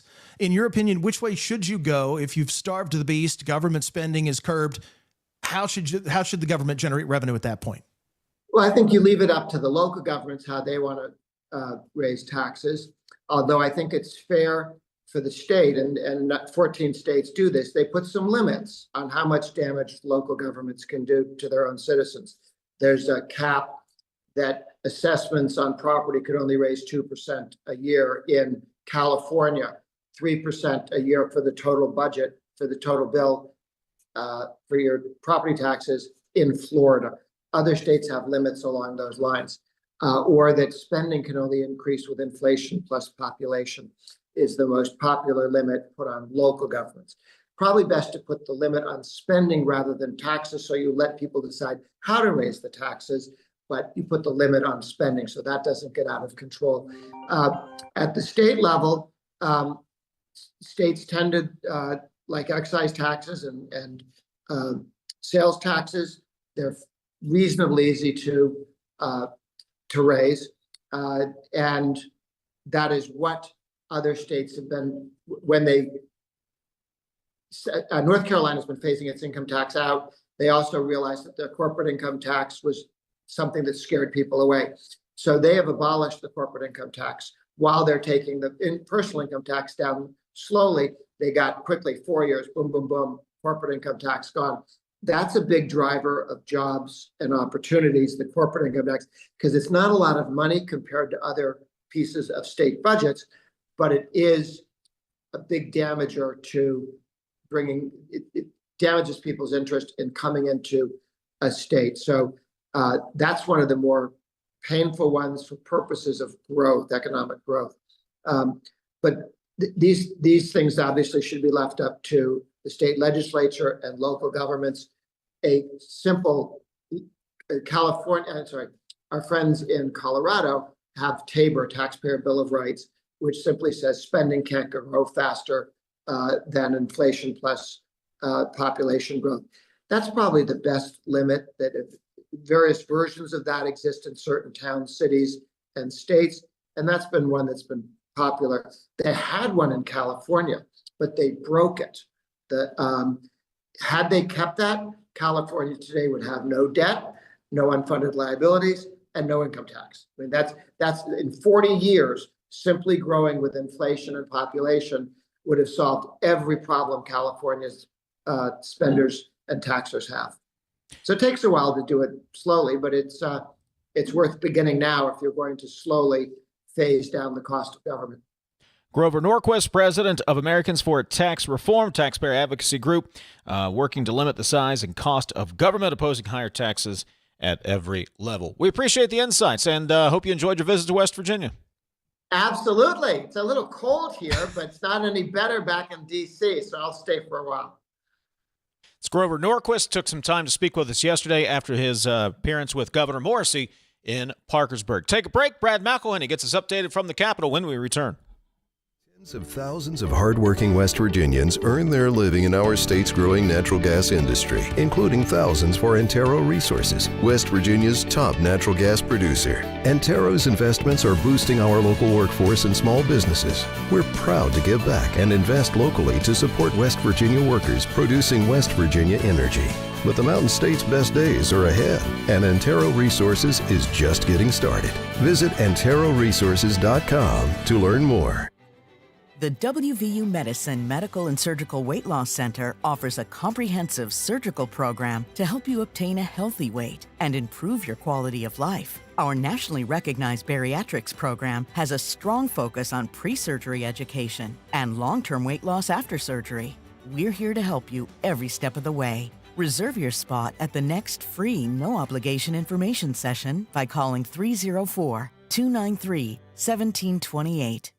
For over 30 years, High Technology Foundation has been committed to building a stronger West Virginia. Our mission, economic diversification.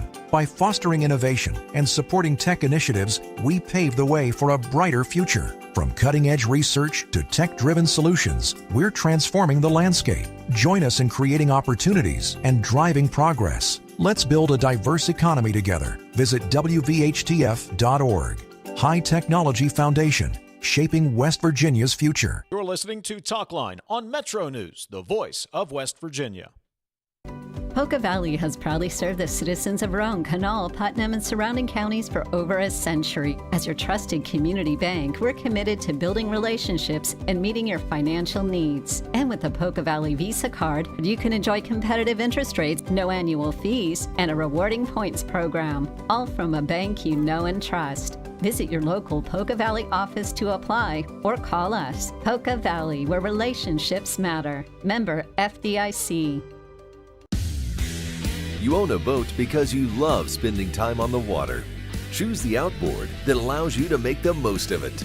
Honda Marine's legendary reliability, ease of maintenance, and powerful performance keep you going strong. And they're all backed by the peace of mind protection of the industry's best limited warranty. Visit your Honda Marine dealer today and find out why it's more than an engine. It's your time on the water.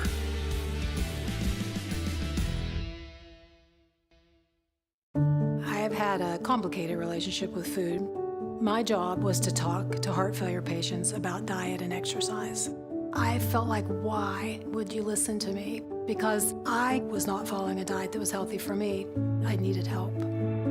Bariatric surgery at WVU Medicine helped me lose 175 pounds. I feel like I'm free. They hold the skill, they hold the tools, and they're waiting for you to come say that you need the help. Steig Wealth Enhancement Group is now Wealth Enhancement. We believe retirement starts with a plan. Saving for college starts with a plan. Your legacy starts with a plan. Do you have the right plan? Call our team at 304-443-4240 or email steig-info@wealthenhancement.com. Virginia.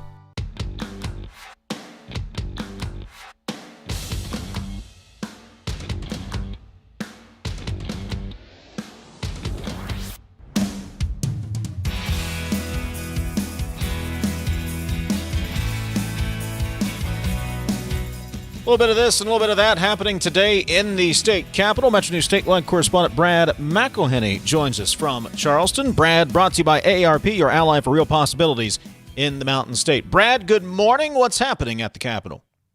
Good morning, and let me just start with this. Earlier in the program, you were debating what is the status of the Capitol squirrels.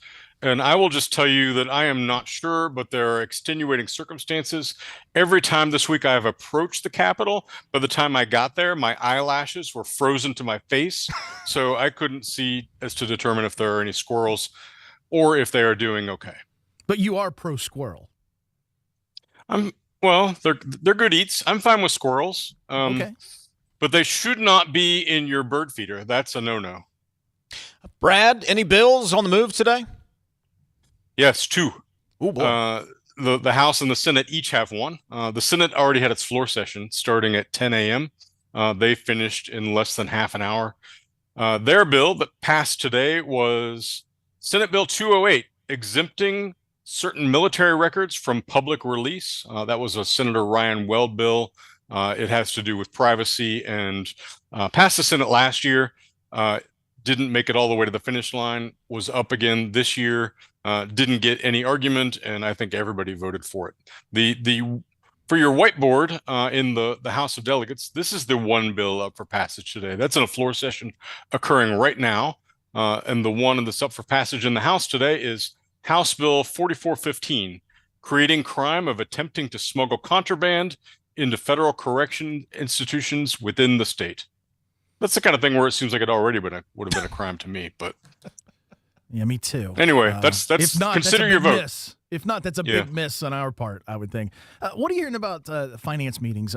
Committees are getting back in. I mean, we've got the budget. That is the one and only duty the legislature actually has to accomplish, is to create a balanced budget. What are you hearing out of some of these meetings? Any revelations coming to light? Today was a very complicated one with the West Virginia Human Services Secretary Alex Mayer talking to lawmakers mostly about Medicaid and some changes under what we were calling the Big Beautiful Bill. It was above my learning level. I had a hard time surfing that one. Very challenging. I think maybe I got a little bit by osmosis. Last Monday, if you'll recall, was when the bad weather hit, and it had been there had been a schedule for the state Supreme Court to present its budget to the House Finance Committee. This was going to be this past Monday. Rather than having justices wipe out trying to get there, it got bumped, and I believe that's been bumped, if I recall, to this coming Monday. So watch for that one. Brad, about 40 seconds. Tomorrow is the deadline to file with the Secretary of State's office to run in the May primary. Any news about filings today? Yeah, some interesting ones. If you are a politics fan or a sports fan, WVU legend Quincy Wilson has filed for a House seat that filed as a Democrat, and that is one currently held by the House Majority Leader, Republican Pat McGeehan. So, Quincy Wilson has all kinds of name recognition. I have to believe he's beloved in the community, but McGeehan has been elected over and over for years. So I think that's really an interesting one. I wish I could have been on today with Joe Bricado to talk about that race. And then we're expecting, additional filings as the weekend goes on to the deadline tomorrow night. Hearing that former Senate President Jeff Kessler is in town, so we'll see if Kessler has something to say. Also saw Democrat Sean Fluharty, a delegate, has filed to run for state Senate in District 1. That would be Laura Wacom Chapman's seat currently there. So lots happening. Brad, always appreciate it. We'll see you on Monday. Have a great weekend, buddy. Very little happening. Thank you. Brad's appearance brought to you by AARP, your ally for real possibilities in the Mountain State. This is Talk Line on Metro News, the voice of West Virginia. It's 11:30. Time to get a news update. Let's check in with the Metro News Radio Network, find out what's happening across the great state of West Virginia. West Virginia Metro News. I'm Chris Lawrence. A new winter storm on the horizon, but unless you live in the deep southern part of West Virginia, you're probably not going to feel much of the impact. The storm is starting today, moving through Virginia and North Carolina and up into the East Coast this weekend. Meteorologist Simone Lewis says this one's likely going to hit south of Beckley. They are generally looking at about 3 to possibly upwards of 5 inches across those areas. Some spots could even see locally higher amounts of up to 6. McDowell and Mercer County under a winter storm warning through Saturday evening, and Raleigh, Wyoming, Logan, Mingo, Boone, Monroe, and Summers counties are under a winter weather advisory. Testing by the State Department of Health indicates the situation with the Wayne water system is finally heading in the right direction. The health department said the most recent tests revealed no presence of transformer oil in the water. Now, the samples were collected on Tuesday. Officials are now awaiting additional tests from the DEP before making any decision on the next step for the town's do not consume advisory. Oil got into the water source for the town when vandals opened up a valve at Appalachian Power's East Lynn substation January 16th, and ever since, water customers have been forced to use bottled water for their needs. One person has died in a fire in Ohio County. The blaze Thursday evening was on the road between Dallas and Valley Grove. Victim was inside a mobile home when firemen arrived, and the roof had already partially collapsed. You're listening to Metro News for 40 years, the voice of West Virginia.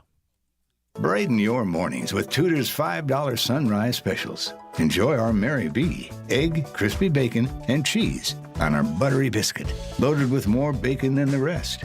Or try the Ron, featuring a bigger, hearty sausage patty topped with egg and cheese on a biscuit so delicious you will savor every bite. Each combo comes with crispy hash browns and your choice of coffee or iced tea, all for just $5. Warm up winter mornings with this hot deal. Available for a limited time. The Mountain State's premier fishing, hunting, and outdoor sports show returns to Milan Park in Morgantown March 7th and 8th. Over 100,000 square feet of campers and RVs, boats and ATVs, hunting and fishing supplies, guns, knives, and more. Limited vendor space is now available. To put your products and services in front of over 10,000 outdoor enthusiasts, visit WVOutdoorSportsShow.com. The 24th Annual West Virginia Fishing, Hunting, and Outdoor Sports Show, presented by Can-Am, March 7th and 8th at Milan Park in Morgantown. A WVRC media event. A federal judge in Charleston has ruled that a Venezuelan national should be released from custody after he was arrested in a January 13th traffic stop on the West Virginia Turnpike. U.S. District Judge Joe Goodwin ruled the Fifth Amendment rights of Anthony Segundo Larrazabal Gonzalez were violated when he was detained and denied due process without arraignment or bail. From the Metro News Anchor Desk, I'm Chris Lawrence.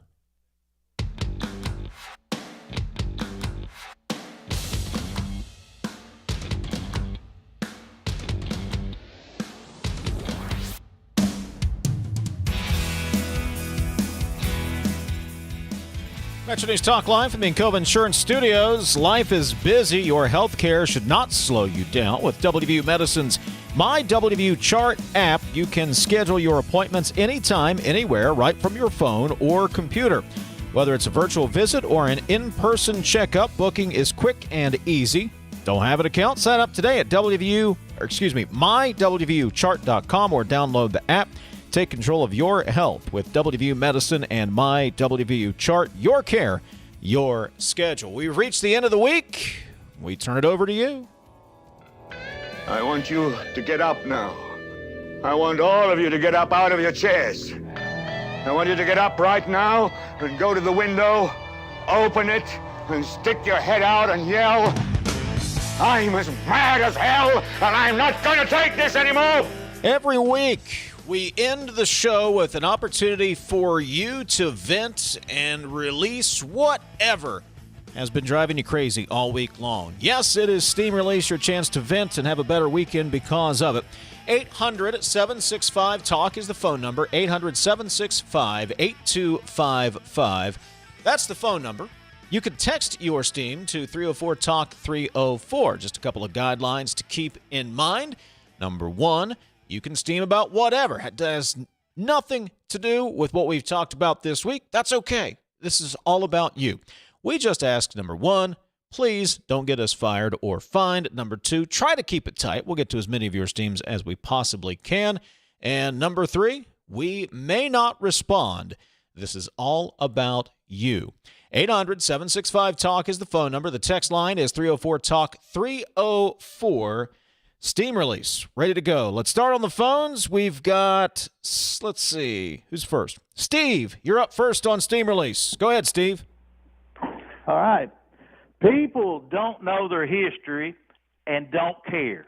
Mr. Woelfel wanted the Catholic Bible in schools. Catholics hate King James or any other Protestant translation.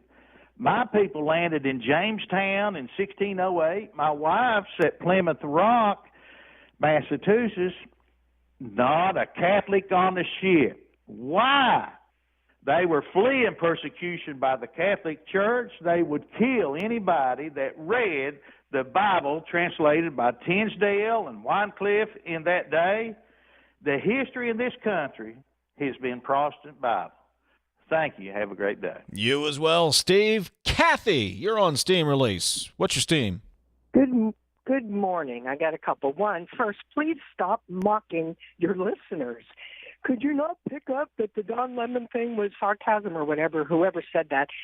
People don't always know who these people are, so please don't mock your listeners. You'll lose them. And then, you act like this is a joke. It is not a joke that two journalists covering the event, not just Don Lemon, but another journalist were covering the event, were arrested.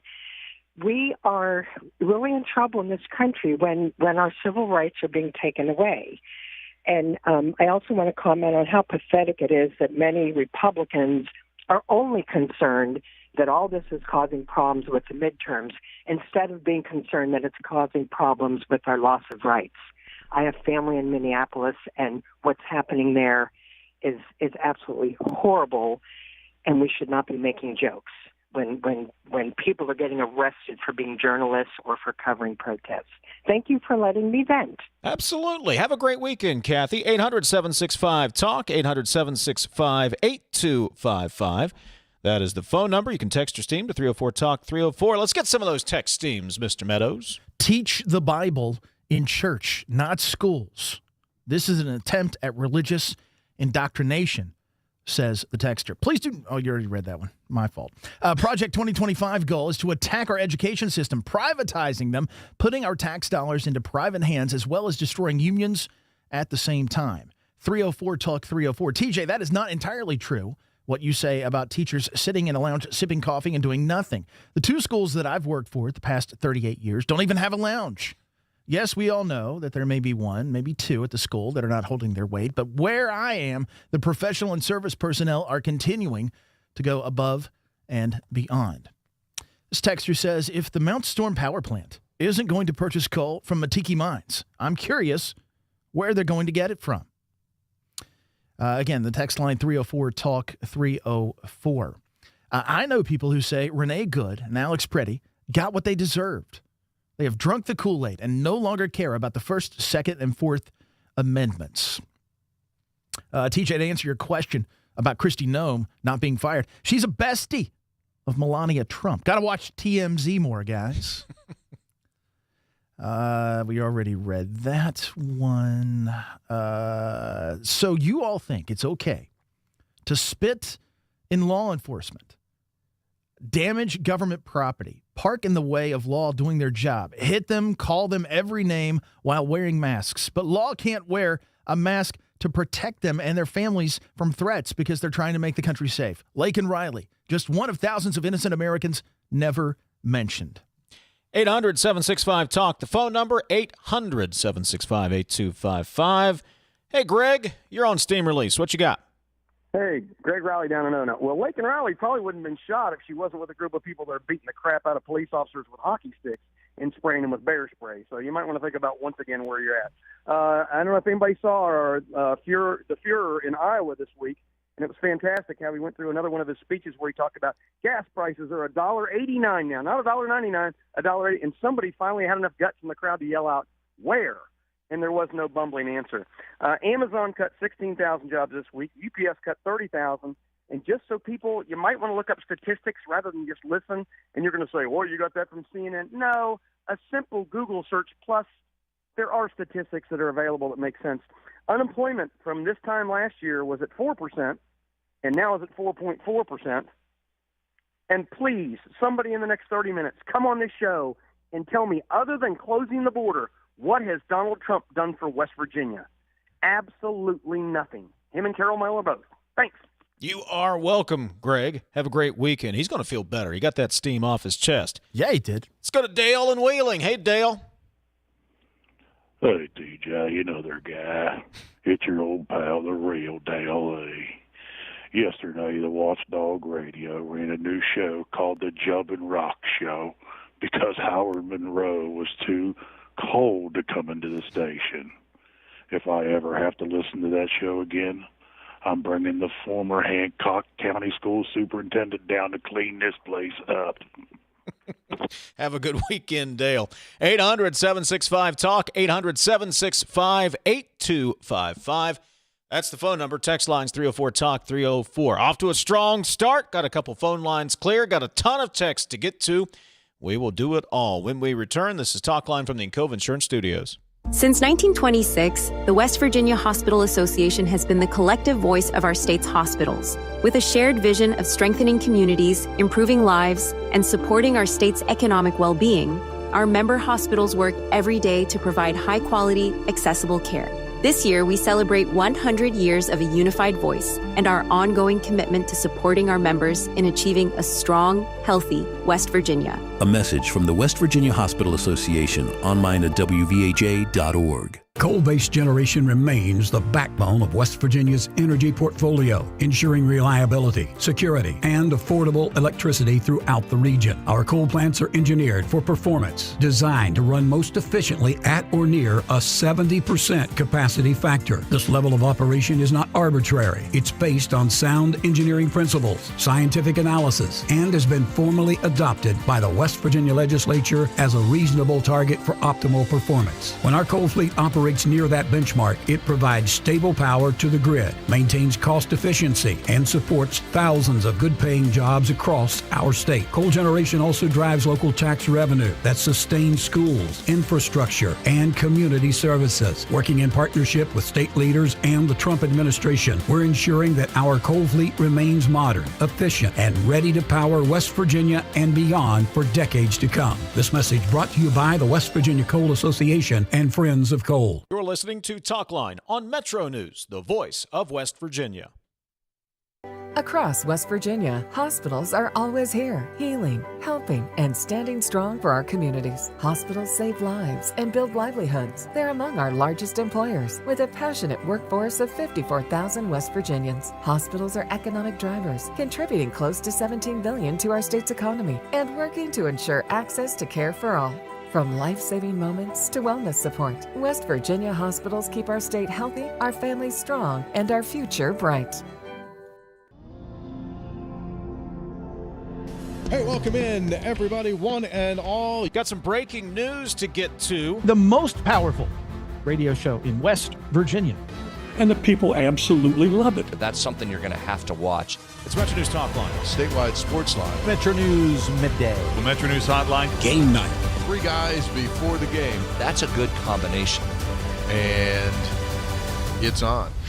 Metro News. The voice of West Virginia. Leading the efforts to build a stronger West Virginia, the High Technology Foundation has a proven plan to strengthen and diversify our state's economy. The I-79 Technology Park's high-capacity infrastructure continues to attract advanced federal operations that are driving economic growth. This keeps our young, educated residents in the state and brings West Virginians home. The High Technology Foundation, building a stronger West Virginia. Learn more today at WVHTF.org. Trojan Landing Marine is now Charleston's newest power sports dealership. We now feature a full line of sleek Suzuki street bikes and four-wheelers. We're now offering the innovative riding experience of Benda motorcycles. The next step in motorcycle evolution with all-electric Zero high-performance bikes. We've now got Segway vehicles starting as low as $10,000. Come in and check out our great selection of high-quality Benelli and Royal Enfield bikes. Visit Trojan Landing in Charleston, now your water, road, and dirt dealership.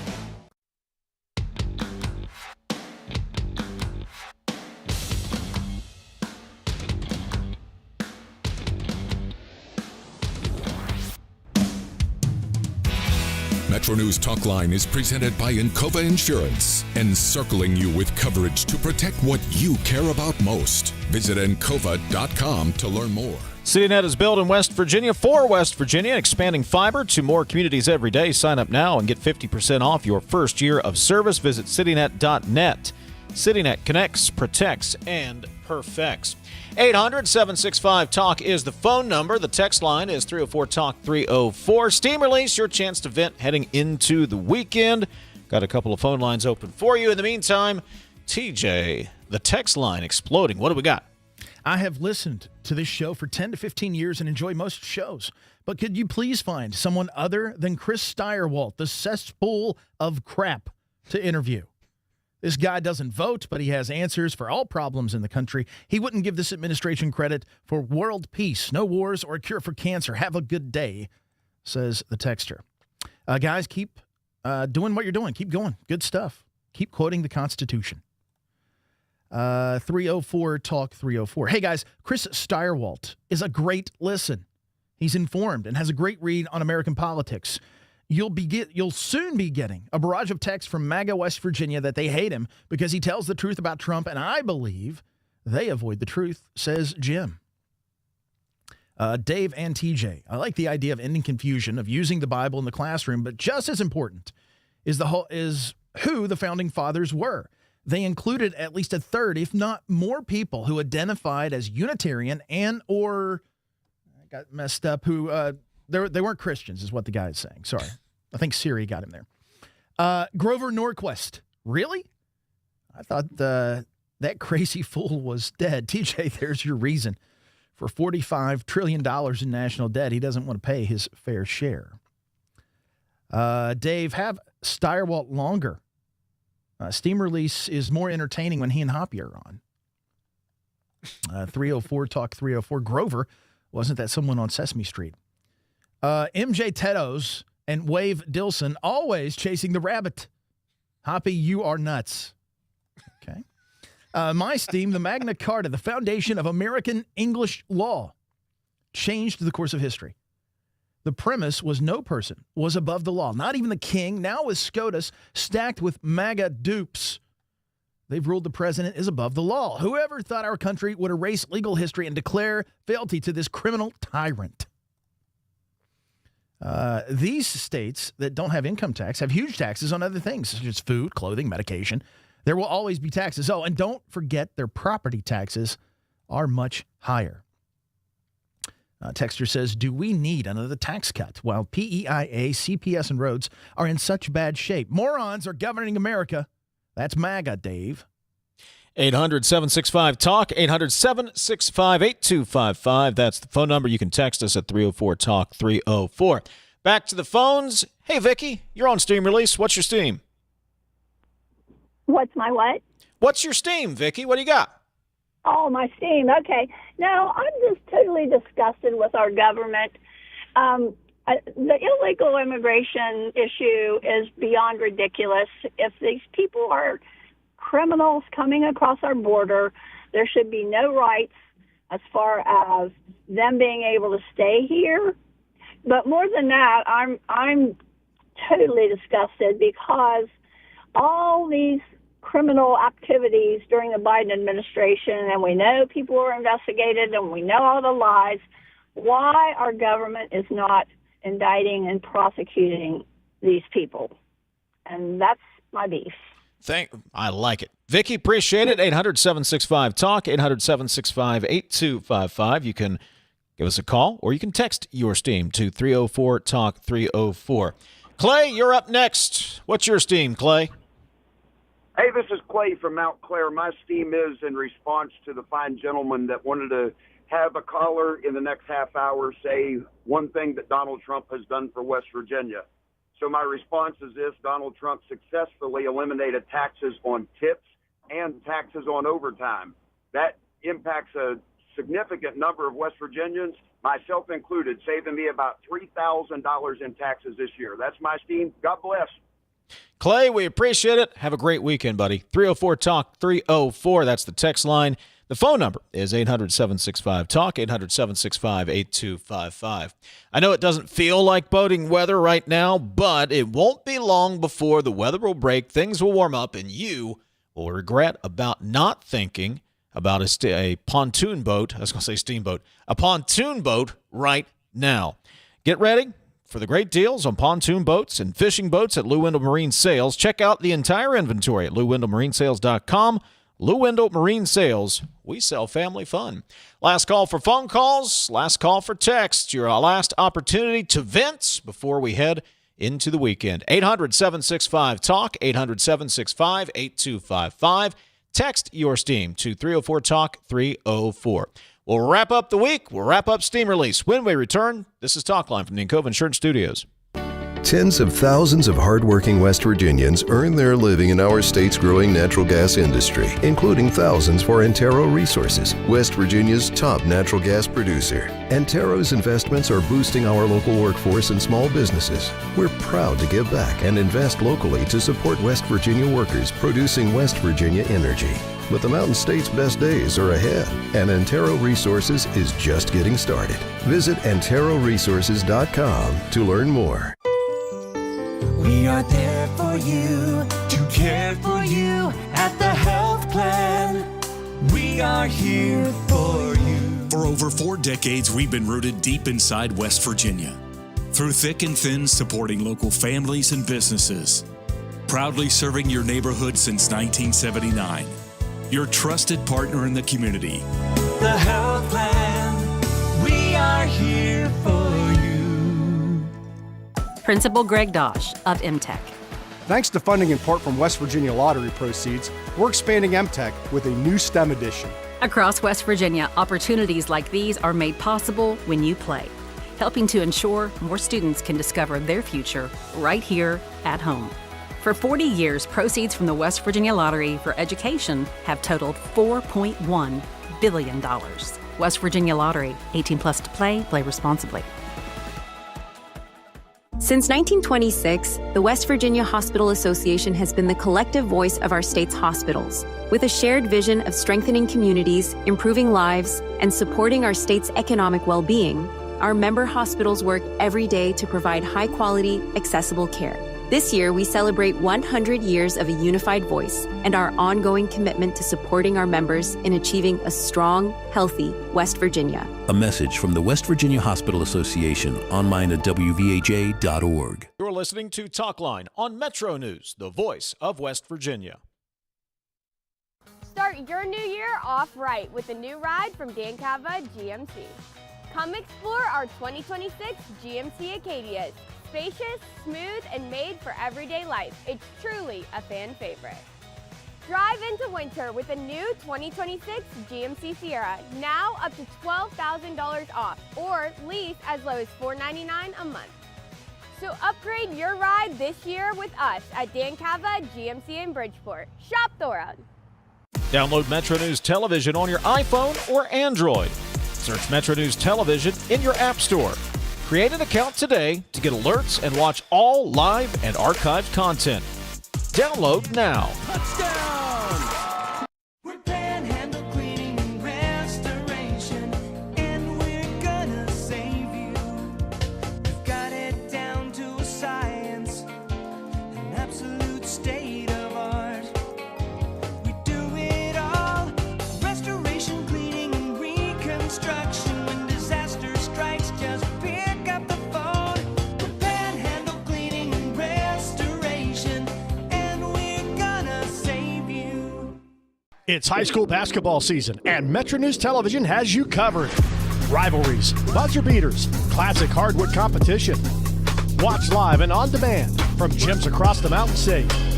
Stream Metro News Television on your iPhone, Android, Roku, Apple TV, Fire TV, LG TV, and select smart TVs. Or visit MetroNewsTV.com for more information.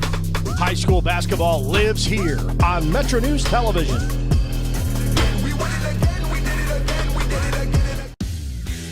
You own a boat because you love spending time on the water. Choose the outboard that allows you to make the most of it. Honda Marine's legendary reliability, ease of maintenance, and powerful performance keep you going strong.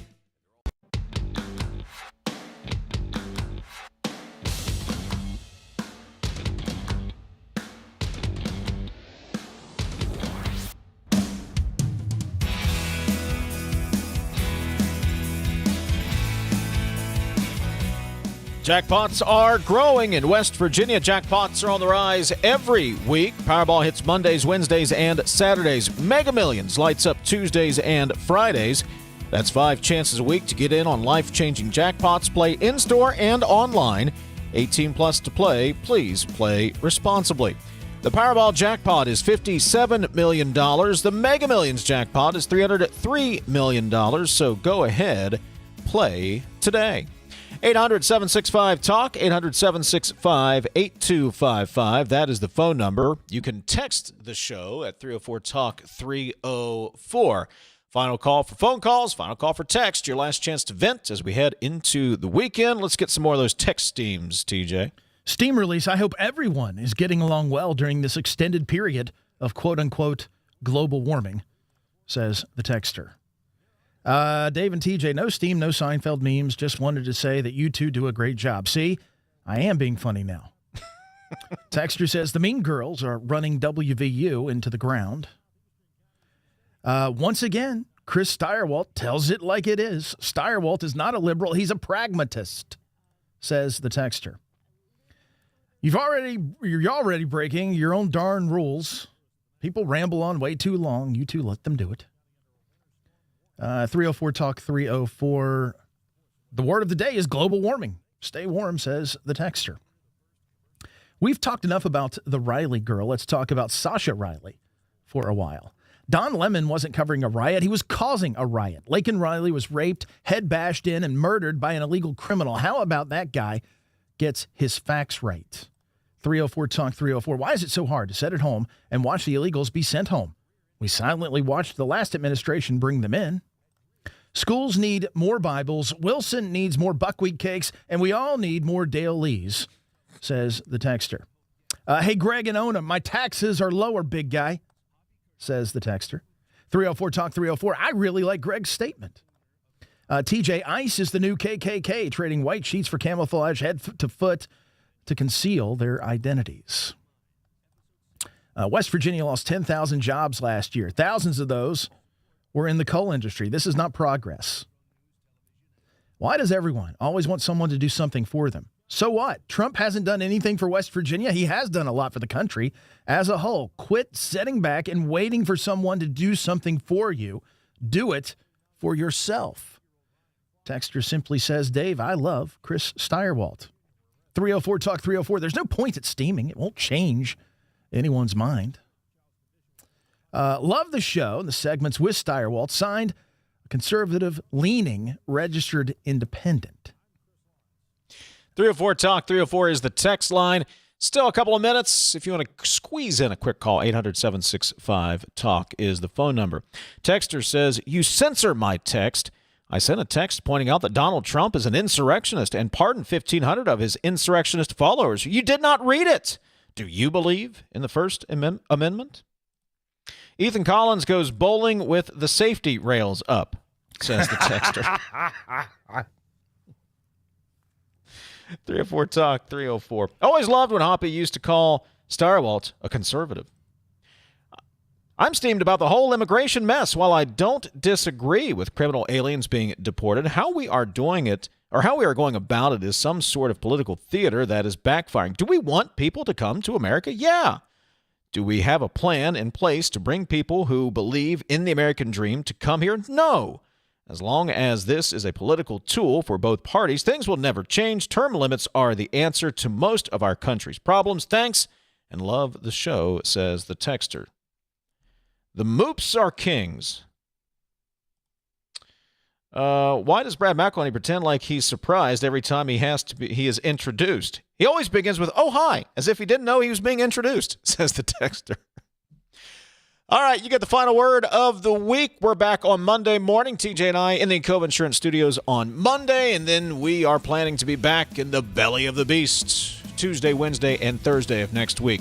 Sean Fluharty going to join the gang on Metro News Midday. We'll talk to you Monday. This is Talk Line on Metro News, the voice of West Virginia.